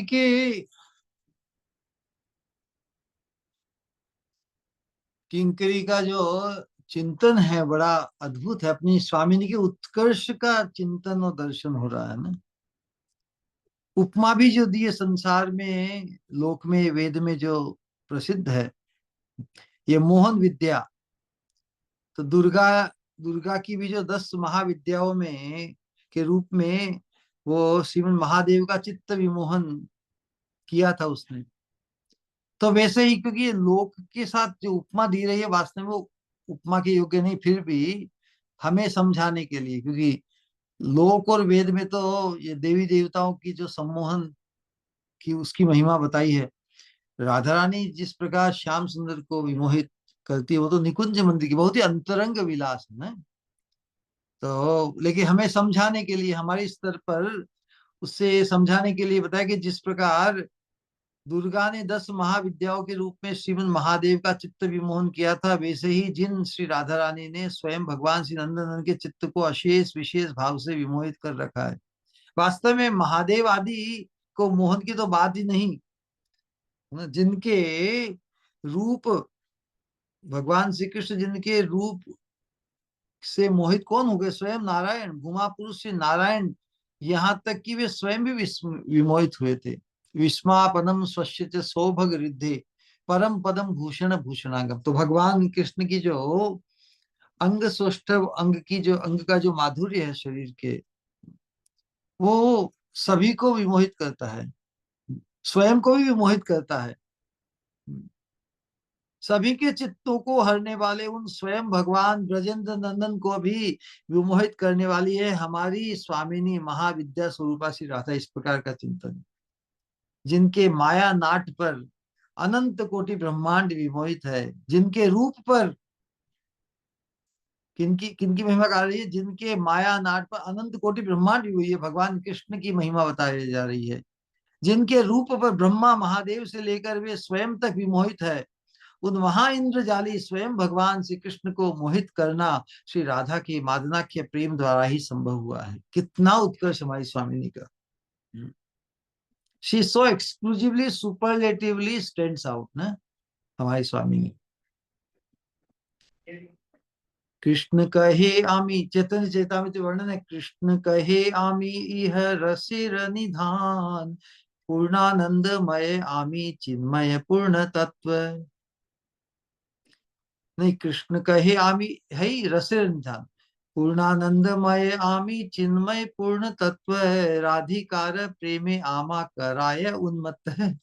भगवान कहते कि पूर्णानंदमय में हूँ, चिन्मय हूँ, पूर्ण तत्व होते हुए भी राधा रानी के प्रेम के सामने, राधा रानी के प्रेम के कारण, राधिकार प्रेमे आमा, प्रेम में हमने कराए, राधा रानी का प्रेम मुझे उन्मत्त कर देता। अब जो व्यक्ति पूर्ण हो उसमें तो और बढ़ने का तो कोई चांस नहीं है, संभावना नहीं। तो भगवान कहते हैं कि मैं पूर्णानंदमय आमी चिन्मय पूर्ण तत्व होते हुए भी राधी रानी का प्रेम मुझे उन्मत्त कर देता है।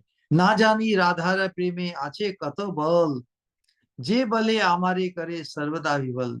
मैं नहीं जानता कि राधा रानी के प्रेम में कितना बल है, लेकिन जो बल मुझे भी विवल कर देता है ना।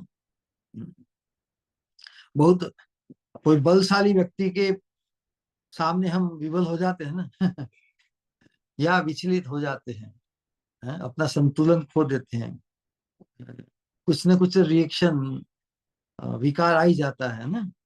तो राधा रानी के प्रेम का ऐसा प्रबल प्रभाव है ना। राधिकार प्रेम गुरु आमी शिष्य नट, सदा आमा नाना नित्य नाचाय उद्भट। राधा रानी का प्रेम ही मेरा गुरु है। आमी शिष्य नट, उस राधा रानी के प्रेम के सामने में शिष्य बनकर, नट बनकर रह जाता हूँ। और वो मुझे सदा आमा नाना नित्य नाचाए उद्भट। राधा रानी का प्रेम मुझे अनेक प्रकार से नाच नचाता है। तो श्रीपाद ने किंकरी के रूप में जो स्फूर्ति स्फूर्ति में जो लीला में प्रवेश हुआ, उसके अंतर्गत राधा रानी के प्रेम सौंदर्य माधुर्य से रसराज श्याम सुंदर का जो रस मोह देखकर ही श्रीमती के लिए संबोधन प्रयोग किया है। फिर दूसरा संबोधन कि स्फुरन माधुरी सारस पारस रसाम्बु राशि सहज प्रसन्नते नेत्रांचल। राधा रानी के नेत्रांचल, नेत्रों की जो भाव भंगिमा से जो संचालन करती है श्याम सुंदर पर, अर्थात जिनके नेत्रांचलों के स्वाभाविक सौंदर्य से माधुर्य सार का, माधुर्य सार कौन है? भगवत्ता माधुर्य सार, और माधुर्य सार श्याम सुंदर के लिए कहा गया है। लेकिन यहाँ पर जिनके मतलब जिन राधा रानी के नेत्रांचलों के स्वाभाविक सौंदर्य से माधुर्य सार का विस्तार करने वाला रस सिंधु निकला करता है, श्री राधा रानी के नेत्रों की सुषमा से साक्षात माधुर्य मूर्ति श्याम सुंदर की परम वश्यता देखकर ही श्रीपाद ने नेत्रों को ऐसा विशेषण दिया है। नयनों की स्वाभाविक सुषमा, सुषमा मतलब सौंदर्य, उसकी ग्लेमर, नयनों की स्वाभाविक ग्लेमर सुषमा से माधुर्य सारवाही माधुर्य सारवाही रस सिंधु का क्षरण क्षरण करने से मतलब वो कम हो जाते हैं ना, सब्जुगेशन। राधा रानी के नयनों की स्वाभाविक सुषमा से माधुर्य सारवाही रस सिंधु श्याम सुंदर का क्षरण। कभी कभी द्वारका की महिषियां बुद्धिपूर्वक श्री कृष्ण को वशीभूत करने के लिए कटाक्ष आदि का रस प्रयोग करती है। यहाँ पर यह बात नहीं कि राधा रानी को कुछ ज्यादा कोई प्रयास करना पड़ता है। वास्तव में भगवान श्री कृष्ण तो नेत्रों के स्वाभाविक सौंदर्य से ही वशीभूत है राधा रानी के। कोई प्रयास करने की आवश्यकता ही नहीं है। कुटिल कटाक्ष, राधा रानी के जो कटाक्ष बड़ा कुटिल है। वास्तव में राधा रानी के कटाक्ष बाकी सबके प्रति बड़े सरल सीधे है, लेकिन श्याम सुंदर जो खुद टेढ़े है ना, उनकी हरकतें बड़ी विचित्र है। खड़े भी सीधे नहीं होते, सब सब तरह से झुकाव भी है, टेढ़े मेढ़े है। तो उन टेढ़े को सीधा करने के लिए राधा रानी टेढ़ी होती है। तो राधा रानी का जो वाम्य या टेढ़ापन भाव है वो श्याम सुंदर के सामने प्रकट होता है। बाकी सबके लिए तो राधा रानी परम सरला है।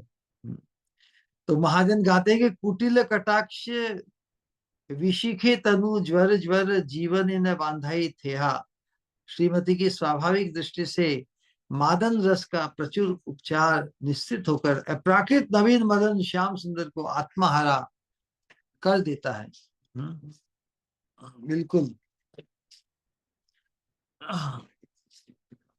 सिर्फ यही नहीं, राधा रानी की कटाक्ष भंगिमा करुणा से आर्द्र भी है, करुणा से द्रवीभूत है। तभी कहते हैं हे कारुण्यार्द्र कटाक्ष भंगी, अंतर की अशेष करुणा राशि। अंतर मतलब हृदय की, हृदय में जो करुणा राशि विगलित हुई है, मतलब द्रवीभूत हुई है करुणा। अंतर की अशेष करुणा राशि नयनों के द्वारा अभिव्यक्त हो रही है। लगता है जैसे कितने ही करुणा निर्झर, करुणा के झरने नेत्रों से अविरल झर रहे हैं।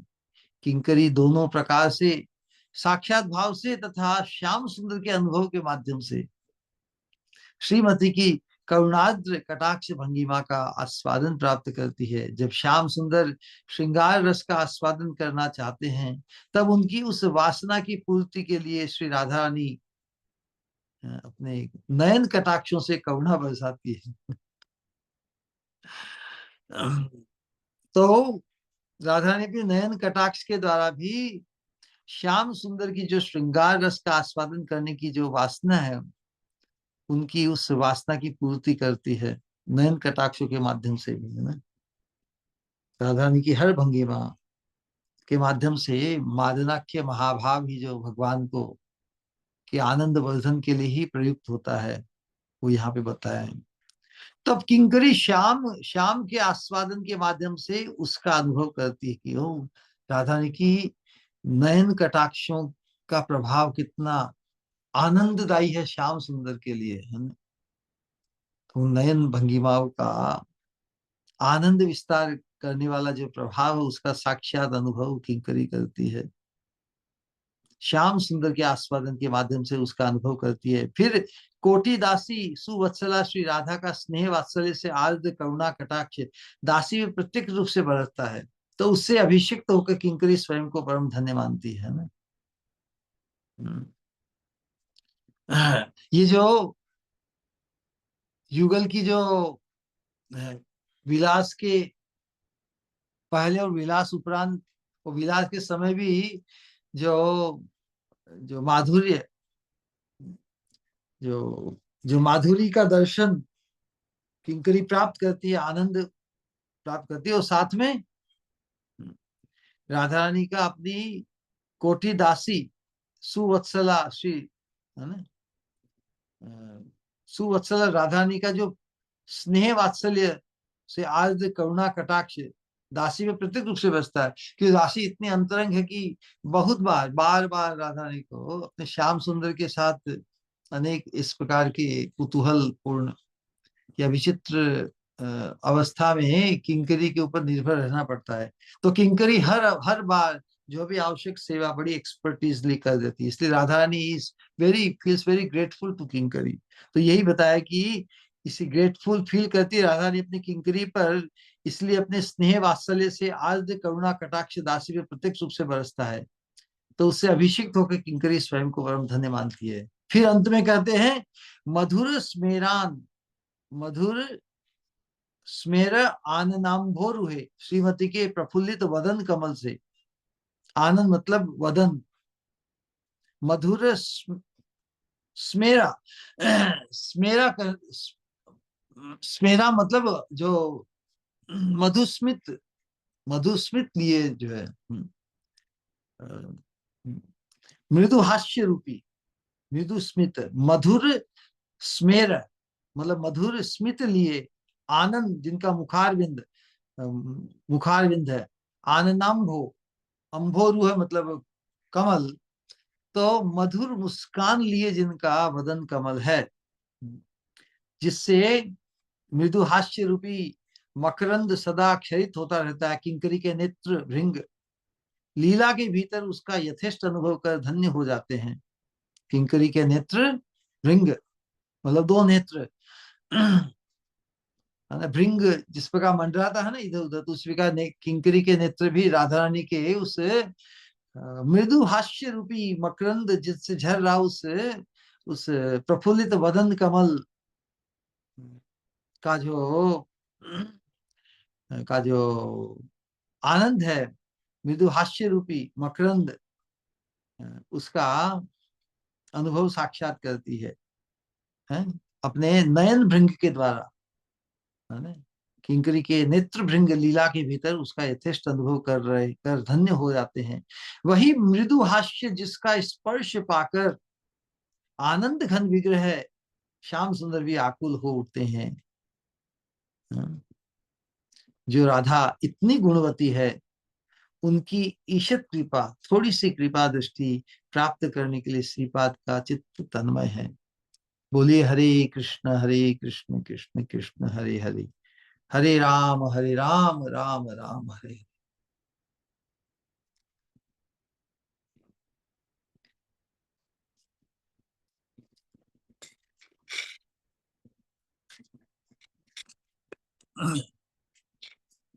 आज आज बहुत स्पेशल दिवस है। आज पूर्ण षष्ठी और हमारे गुरु महाराज का आविर्भाव दिवस, 87th व्यास पूजा दिवस। हम राधा कुंड से अभी अभी सत्संग के कुछ समय पहले ही आए, तो बड़ा आनंद उत्सव आज वहाँ उज्जीवित हुआ। इसी प्रकार की गुरु महाराज तो राधा कुंड में उनकी समाधि में मंजरी रूप से विराजमान है। तो आज हमने भी श्री स्वरूप मंजरी पद, जो रूप मंजरी के प्रति नरोत्तम दास ठाकुर जी ने जो भाव व्यक्त किया ना, उसी पद को हमने श्री स्वरूप मंजरी कहकर हमारे गुरु महाराज को स्वरूप मंजरी रूप में उनको संबोधित करते हुए हमने वो भजन गाया था आज। और भी कुछ जो सौभाग्य हमें महाप्रभु देने आए हैं, उस सौभाग्य का जो वितरण है या उसकी जो एवेन्यू हम तक पहुंचने के लिए, वो गुरु पादाश्रय ही है। और हमारे गुरु महाराज तो साक्षात राधा कुंड में ही जो हाईएस्ट स्थान है, उन्हीं उसी के तट पर विराजमान है। तो आज बड़ी ही प्रेरणा स्रोत है ना, आज राधा कुंड जाने का सौभाग्य प्राप्त हुआ और उनकी महिमा का अनेक गुरु भाइयों से और अन्य महापुरुषों से उनकी कीर्ति गान का श्रवण लाभ किया। यही बात है। किसी का कोई प्रश्न या जिज्ञासा? और हरे कृष्णा। प्रणाम। प्रणाम श्री गुरु। हरे कृष्ण। हरे कृष्णा। बहुत ही अद्भुत। हर एक बात जो भी आप कहते हो सब अद्भुत ही होती है, एक के बाद एक, एक के बाद एक। किसी का कोई सवाल या कुछ कहना चाहते हैं तो प्लीज।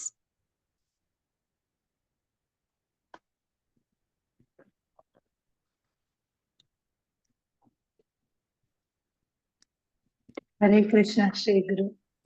हाँ, हरे कृष्णा।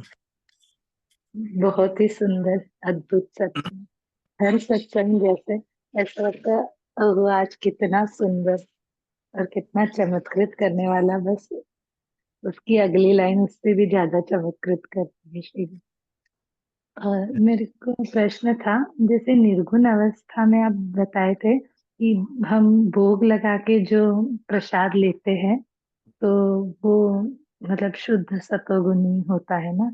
तो श्री गुरु जैसे उसमें भी क्या हमें सादा भोजन ये विशेष ध्यान रखना पड़ता है क्या, कि कुछ भी भगवान को अर्पण करके लिए तो वो शुद्ध सत्वगुणी हाँ, हो? भगवान को वही अर्पण करना जो भगवान स्वीकार करते हैं। भगवान ने अपनी पसंद बताई ना, पत्रम पुष्पम फलम तोयम, है ना, यो में भक्त्या प्रयच्छति। पहले तो पत्रम मतलब वेजिटेरियन हो, है ना, पत्रम।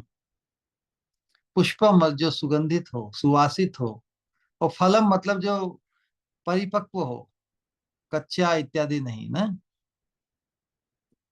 यो में फिर भक्ति से, भक्ति मुख्य इंग्रेडिएंट है। जो भक्ति भावपूर्ण होगा, वो कहेगा मैं तो भक्ति से जो भगवान को भोग लगा रहा हूँ। लेकिन जो भगवान को प्रिय नहीं है, जो भगवान को ग्राह्य नहीं है, तो भक्ति भाव वाला व्यक्ति उन चीजों को भोग लगाएगा क्या भगवान को? बहुत से लोग ऐसी ऐसी दलील करते हैं, हैं? हम तो भगवान को हम तो प्रेम के भाव से भगवान को भोग लगाते हैं। अरे भगवान को प्रेम के भाव से लगा तो जो भगवान को रुचि करे वही लगाएंगे ना, कि अपने प्रेम को उन पे इम्पोज करेंगे। भगवान हम आपसे प्रेम करते, जो हमको हम आपको यही लगाएंगे भोग। तो उसमें अपना विवेक, डिस्क्रिशन यूज करना चाहिए साधक को। भगवान से हम परिचित हुए तो भगवान की जो पसंद है, भगवान क्या ग्रहण करके प्रसन्न होते हैं, उतना बोध तो होना चाहिए ना। क्योंकि भगवान द्वारा जो ग्राही है ना, हो जाता है वो निर्गुण अवस्था को प्राप्त है, वही प्रसाद कहलाता है ना। और इसीलिए जैसा कि चर्चा हो रही थी कि भगवान को हम भोग लगा के जो अनुभव, जो इच्छा करते हैं कि हमारा भोग लगाए, लेकिन इस पंचभौतिक देह में तो हमारी पवित्रता इतनी नहीं कि भगवान साक्षात हमारा दिया हुआ भोग खाए। हाँ, समझ आ रही है बात? क्योंकि भगवान को तो जो एक से एक दिव्य अमृतमय आस्वाद्य रसायन पदार्थ उपलब्ध है, फिर भी हमारा दिया हुआ भोग भगवान भक्ति पूर्वक स्वीकार करते हैं। भगवान कहते हैं पत्रम पुष्पम फलम तोयम यो में भक्त्या प्रचित तदहम भक्ति उपरहितम। इस श्लोक में भक्ति 2 बार आया है। भक्ति उपरहितम, भक्ति द्वारा दिया गया, उपरहितम अष्टनामी, भगवान कहते हैं मैं खाता हूँ। प्रयतात्मन है, प्रयत्न पूर्वक। प्रयतात्म मन है, प्रयतात्म मतलब बड़े यत्न के साथ। ये नहीं कि अशुद्ध अवस्था में भी कोई व्यक्ति, है ना, जिस प्रकार माताओं को कुछ दिनों की जो देह की अपवित्रता आती है ना, मन की पवित्र नहीं कर रहे हैं। कि मन मन बुद्धि चित्त अहंकार, ये तो सूक्ष्म देह है। लेकिन जो स्थूल देह की जो अपवित्रता के लक्षण घटित होते हैं, उस अवस्था में भगवान के भोग नहीं लगाना चाहिए, बनाना भी नहीं चाहिए ना। ये तो सहज बोध। तो प्रयतात्म मतलब यत्न पूर्वक। यत्न करने का तात्पर्य है शुद्धि अशुद्धि का विचार करते हुए। तो इसीलिए भगवान का जो भोग जो भगवान ग्रहण करते हैं, वो प्रसाद रूप, फिर वो चिन्मयता को प्राप्त करता है। यही प्रश्न था कि और कुछ भी? हरे कृष्णा। जी श्री गुरु, यही प्रश्न था। इसमें मतलब एक और था कि जैसे मतलब प्याज लहसुन के बिना ही, लेकिन जैसे ज्यादा तेज माल मसालेदार भोजन बनाते हैं प्रसाद, तो वो भी उचित है कि सादा रखना चाहिए, उसमें भी रहना चाहिए। भगवान तो हमारे भक्ति भाव के माध्यम से ही वो ग्राह्य होता है ना।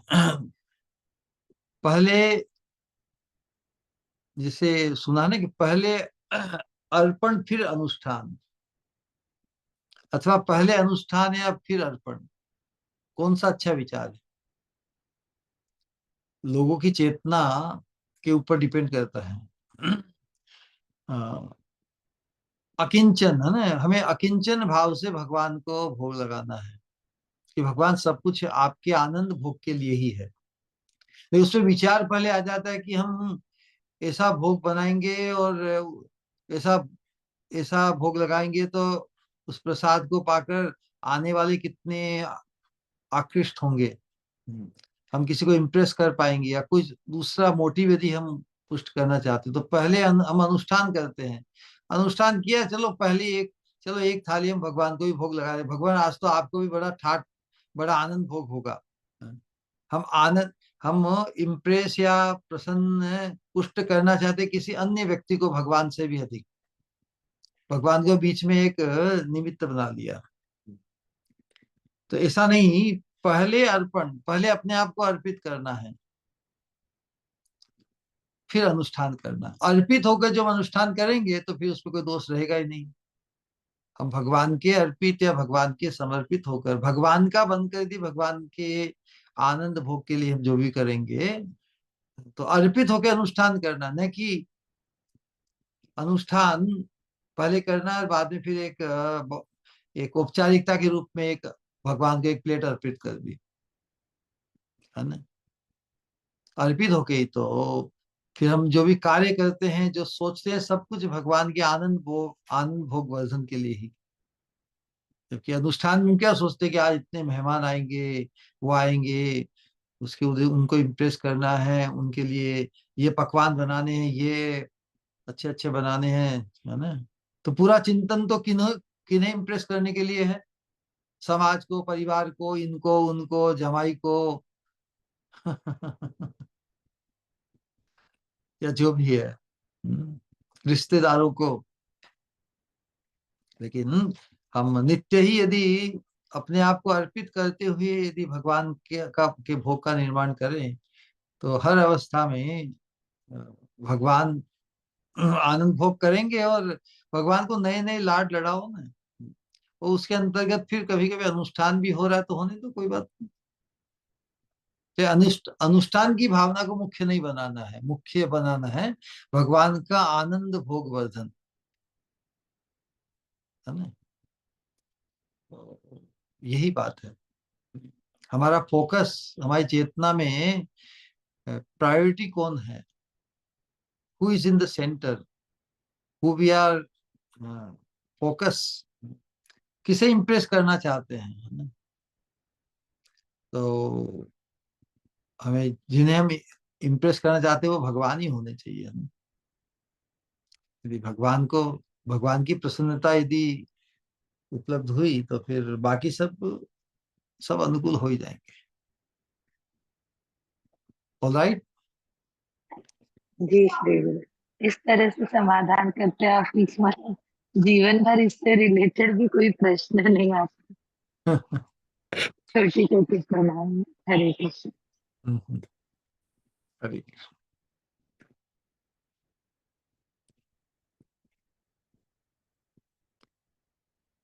ऑलराइट।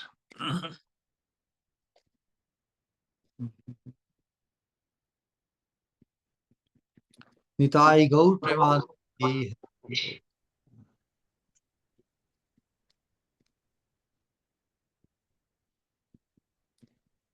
प्रणाम श्री गुरु।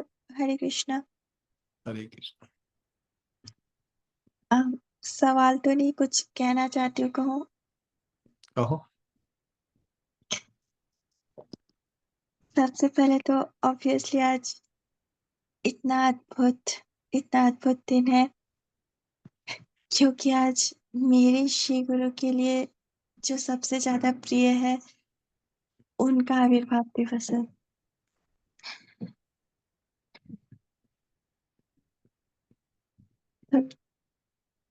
तो इसीलिए वो हमारे लिए अपने आप ही बहुत ज्यादा ऑस्पिशियस हो जाता है। और सबसे ज्यादा तो ये कि कोइंसिडेंटली जिस दिन भी ये दिवस होता है उस दिन आपकी शेयरिंग रहती है।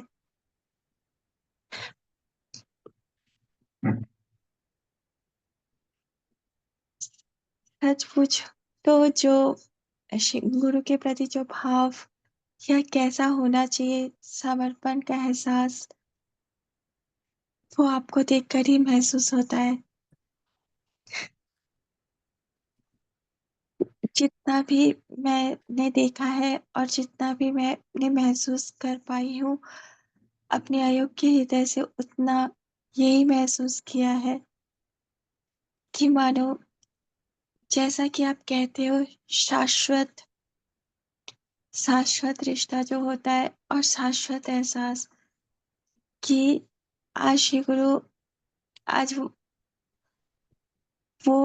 वो ये एहसास जो हर पल, बाकी जो भौतिक रिश्ते होते हैं, जो भौतिक, वो एक ना एक दिन जो छूट जाते हैं, पर ये एहसास और ये रिश्ता एक ऐसा एहसास होता है जो कभी नहीं छूटता।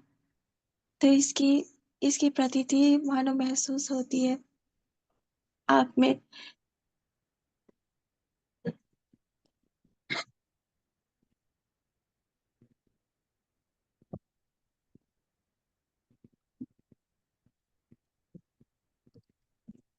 जैसा कि आप हमेशा कहते हो कि आपके गुरु स्वरूप मंजरी, जो मंजरी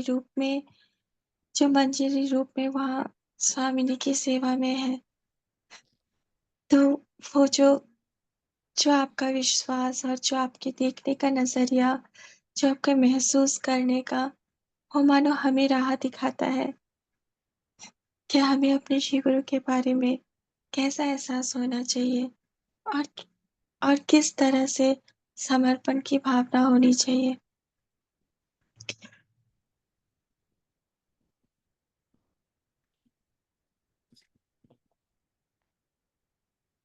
मुझे ये कहते हुए बहुत ज्यादा बहुत ज्यादा गर्व और बहुत ज्यादा अंदर से उल्लासित महसूस होता है कि मैं ये कहूँ शीला श्रीपाद जी से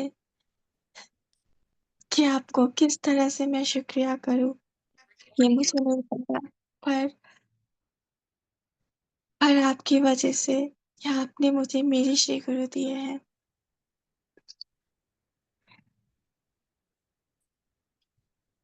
मानो जिस तरह से आप अपने श्री गुरु के बारे में कई बार जो बातें बताते हो, तो उनके साथ कोई कोई सामने से मैंने कभी देखा नहीं, कभी जाना नहीं, पर पता नहीं क्यों फिर भी आपकी बातों ने जैसे एक लिंक उनके साथ जोड़ दिया, क्योंकि आप उनके हो।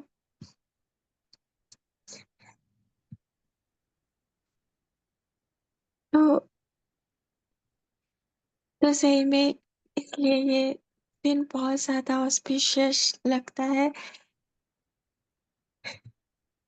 क्योंकि ये मेरे श्री गुरु के लिए बहुत इम्पोर्टेंट डे है।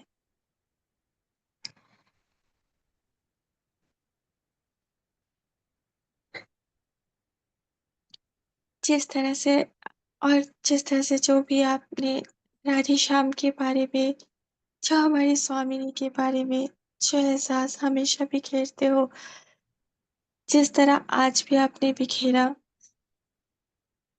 जैसे आपने कहा ना अभी कि भगवान को हमें वही अर्पण करना चाहिए जिसमें सुगंध हो, जिसमें अ, खुशबू हो, जो जो बिल्कुल हम उन्हें अर्पण करें, ऐसे हमारे अंदर वो भाव आना चाहिए कि हम उन्हें अर्पण कर सकते हैं वो।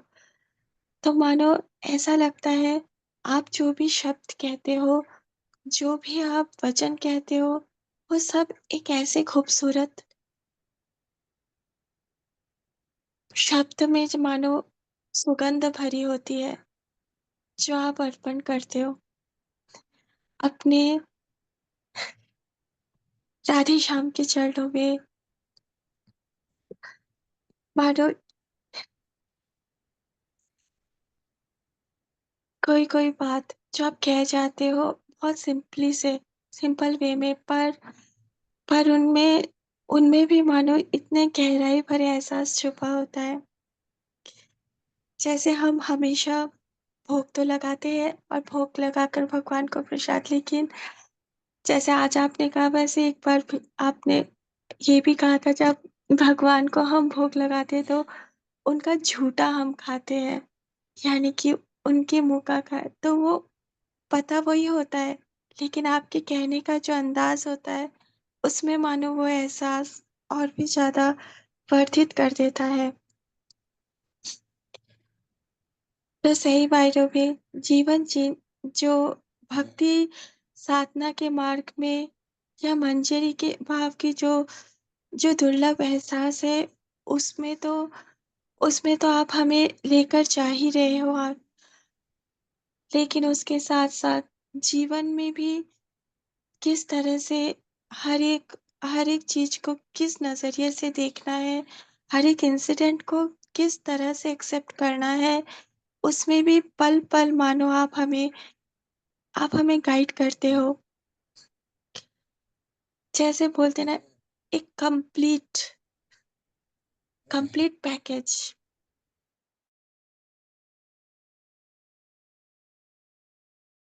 आई थिंक जो कि सिर्फ़ टीचर नहीं, हर एक चीज़ तो जो हर तरह से हमें राह दिखाते हैं। इसलिए तो कहने को यही दिल करता है, तुम ही मेरी भक्ति, तुम ही मेरी पूजा, तुम ही साधना, तुम ही राधे श्याम हो, तुम ही मेरी भक्ति, तुम ही मेरी पूजा, तुम ही साधना, तुम ही राधे श्याम हो। जिधर देखती हूँ उधर बस तुम्हारी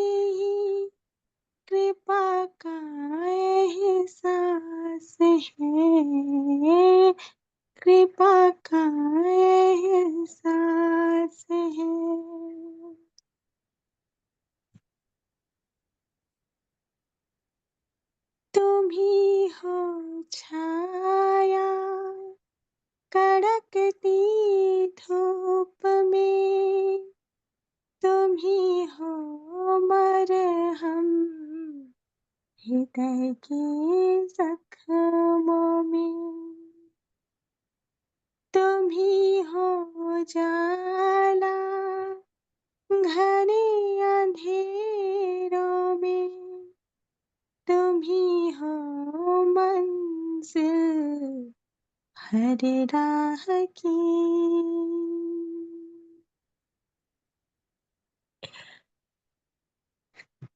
श्री गुरु, जैसे कि आपने कहा, परोक्ष गुरु का रूप लेकर प्रत्यक्ष रूप में वो एहसास महसूस कराने के लिए आते हैं जो जिसे करना बहुत ही दुर्लभ है। तो राधे श्याम के प्रति जो प्रीति होना जो बहुत दुर्लभ है, पर उससे सहज बनाने के लिए वो एहसास लेकर श्री गुरु आते हैं।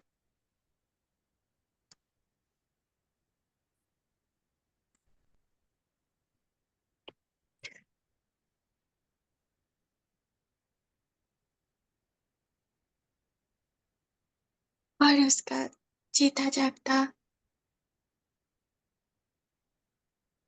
एग्जाम्पल या जीता जागता जो हमारे आंखों के सामने दिखता है वो आप।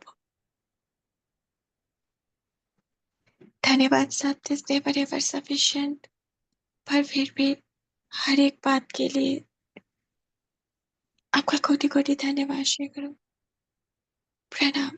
हरे कृष्ण।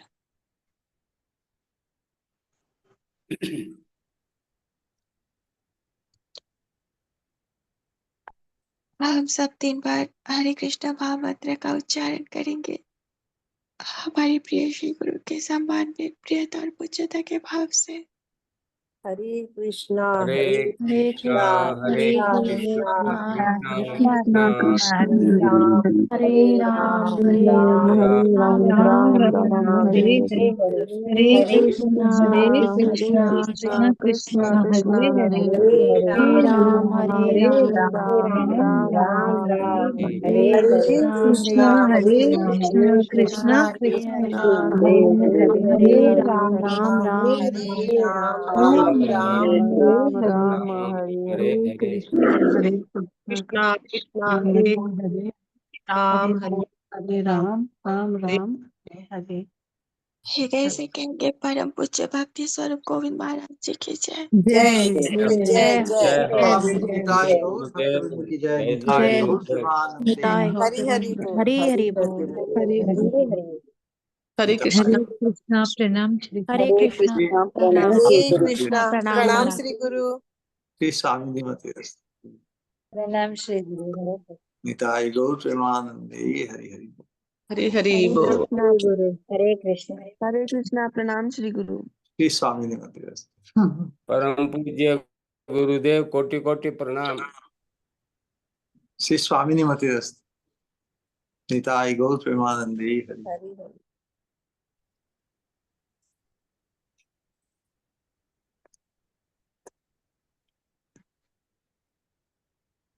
निताय गौर प्रेमानंदे। हरे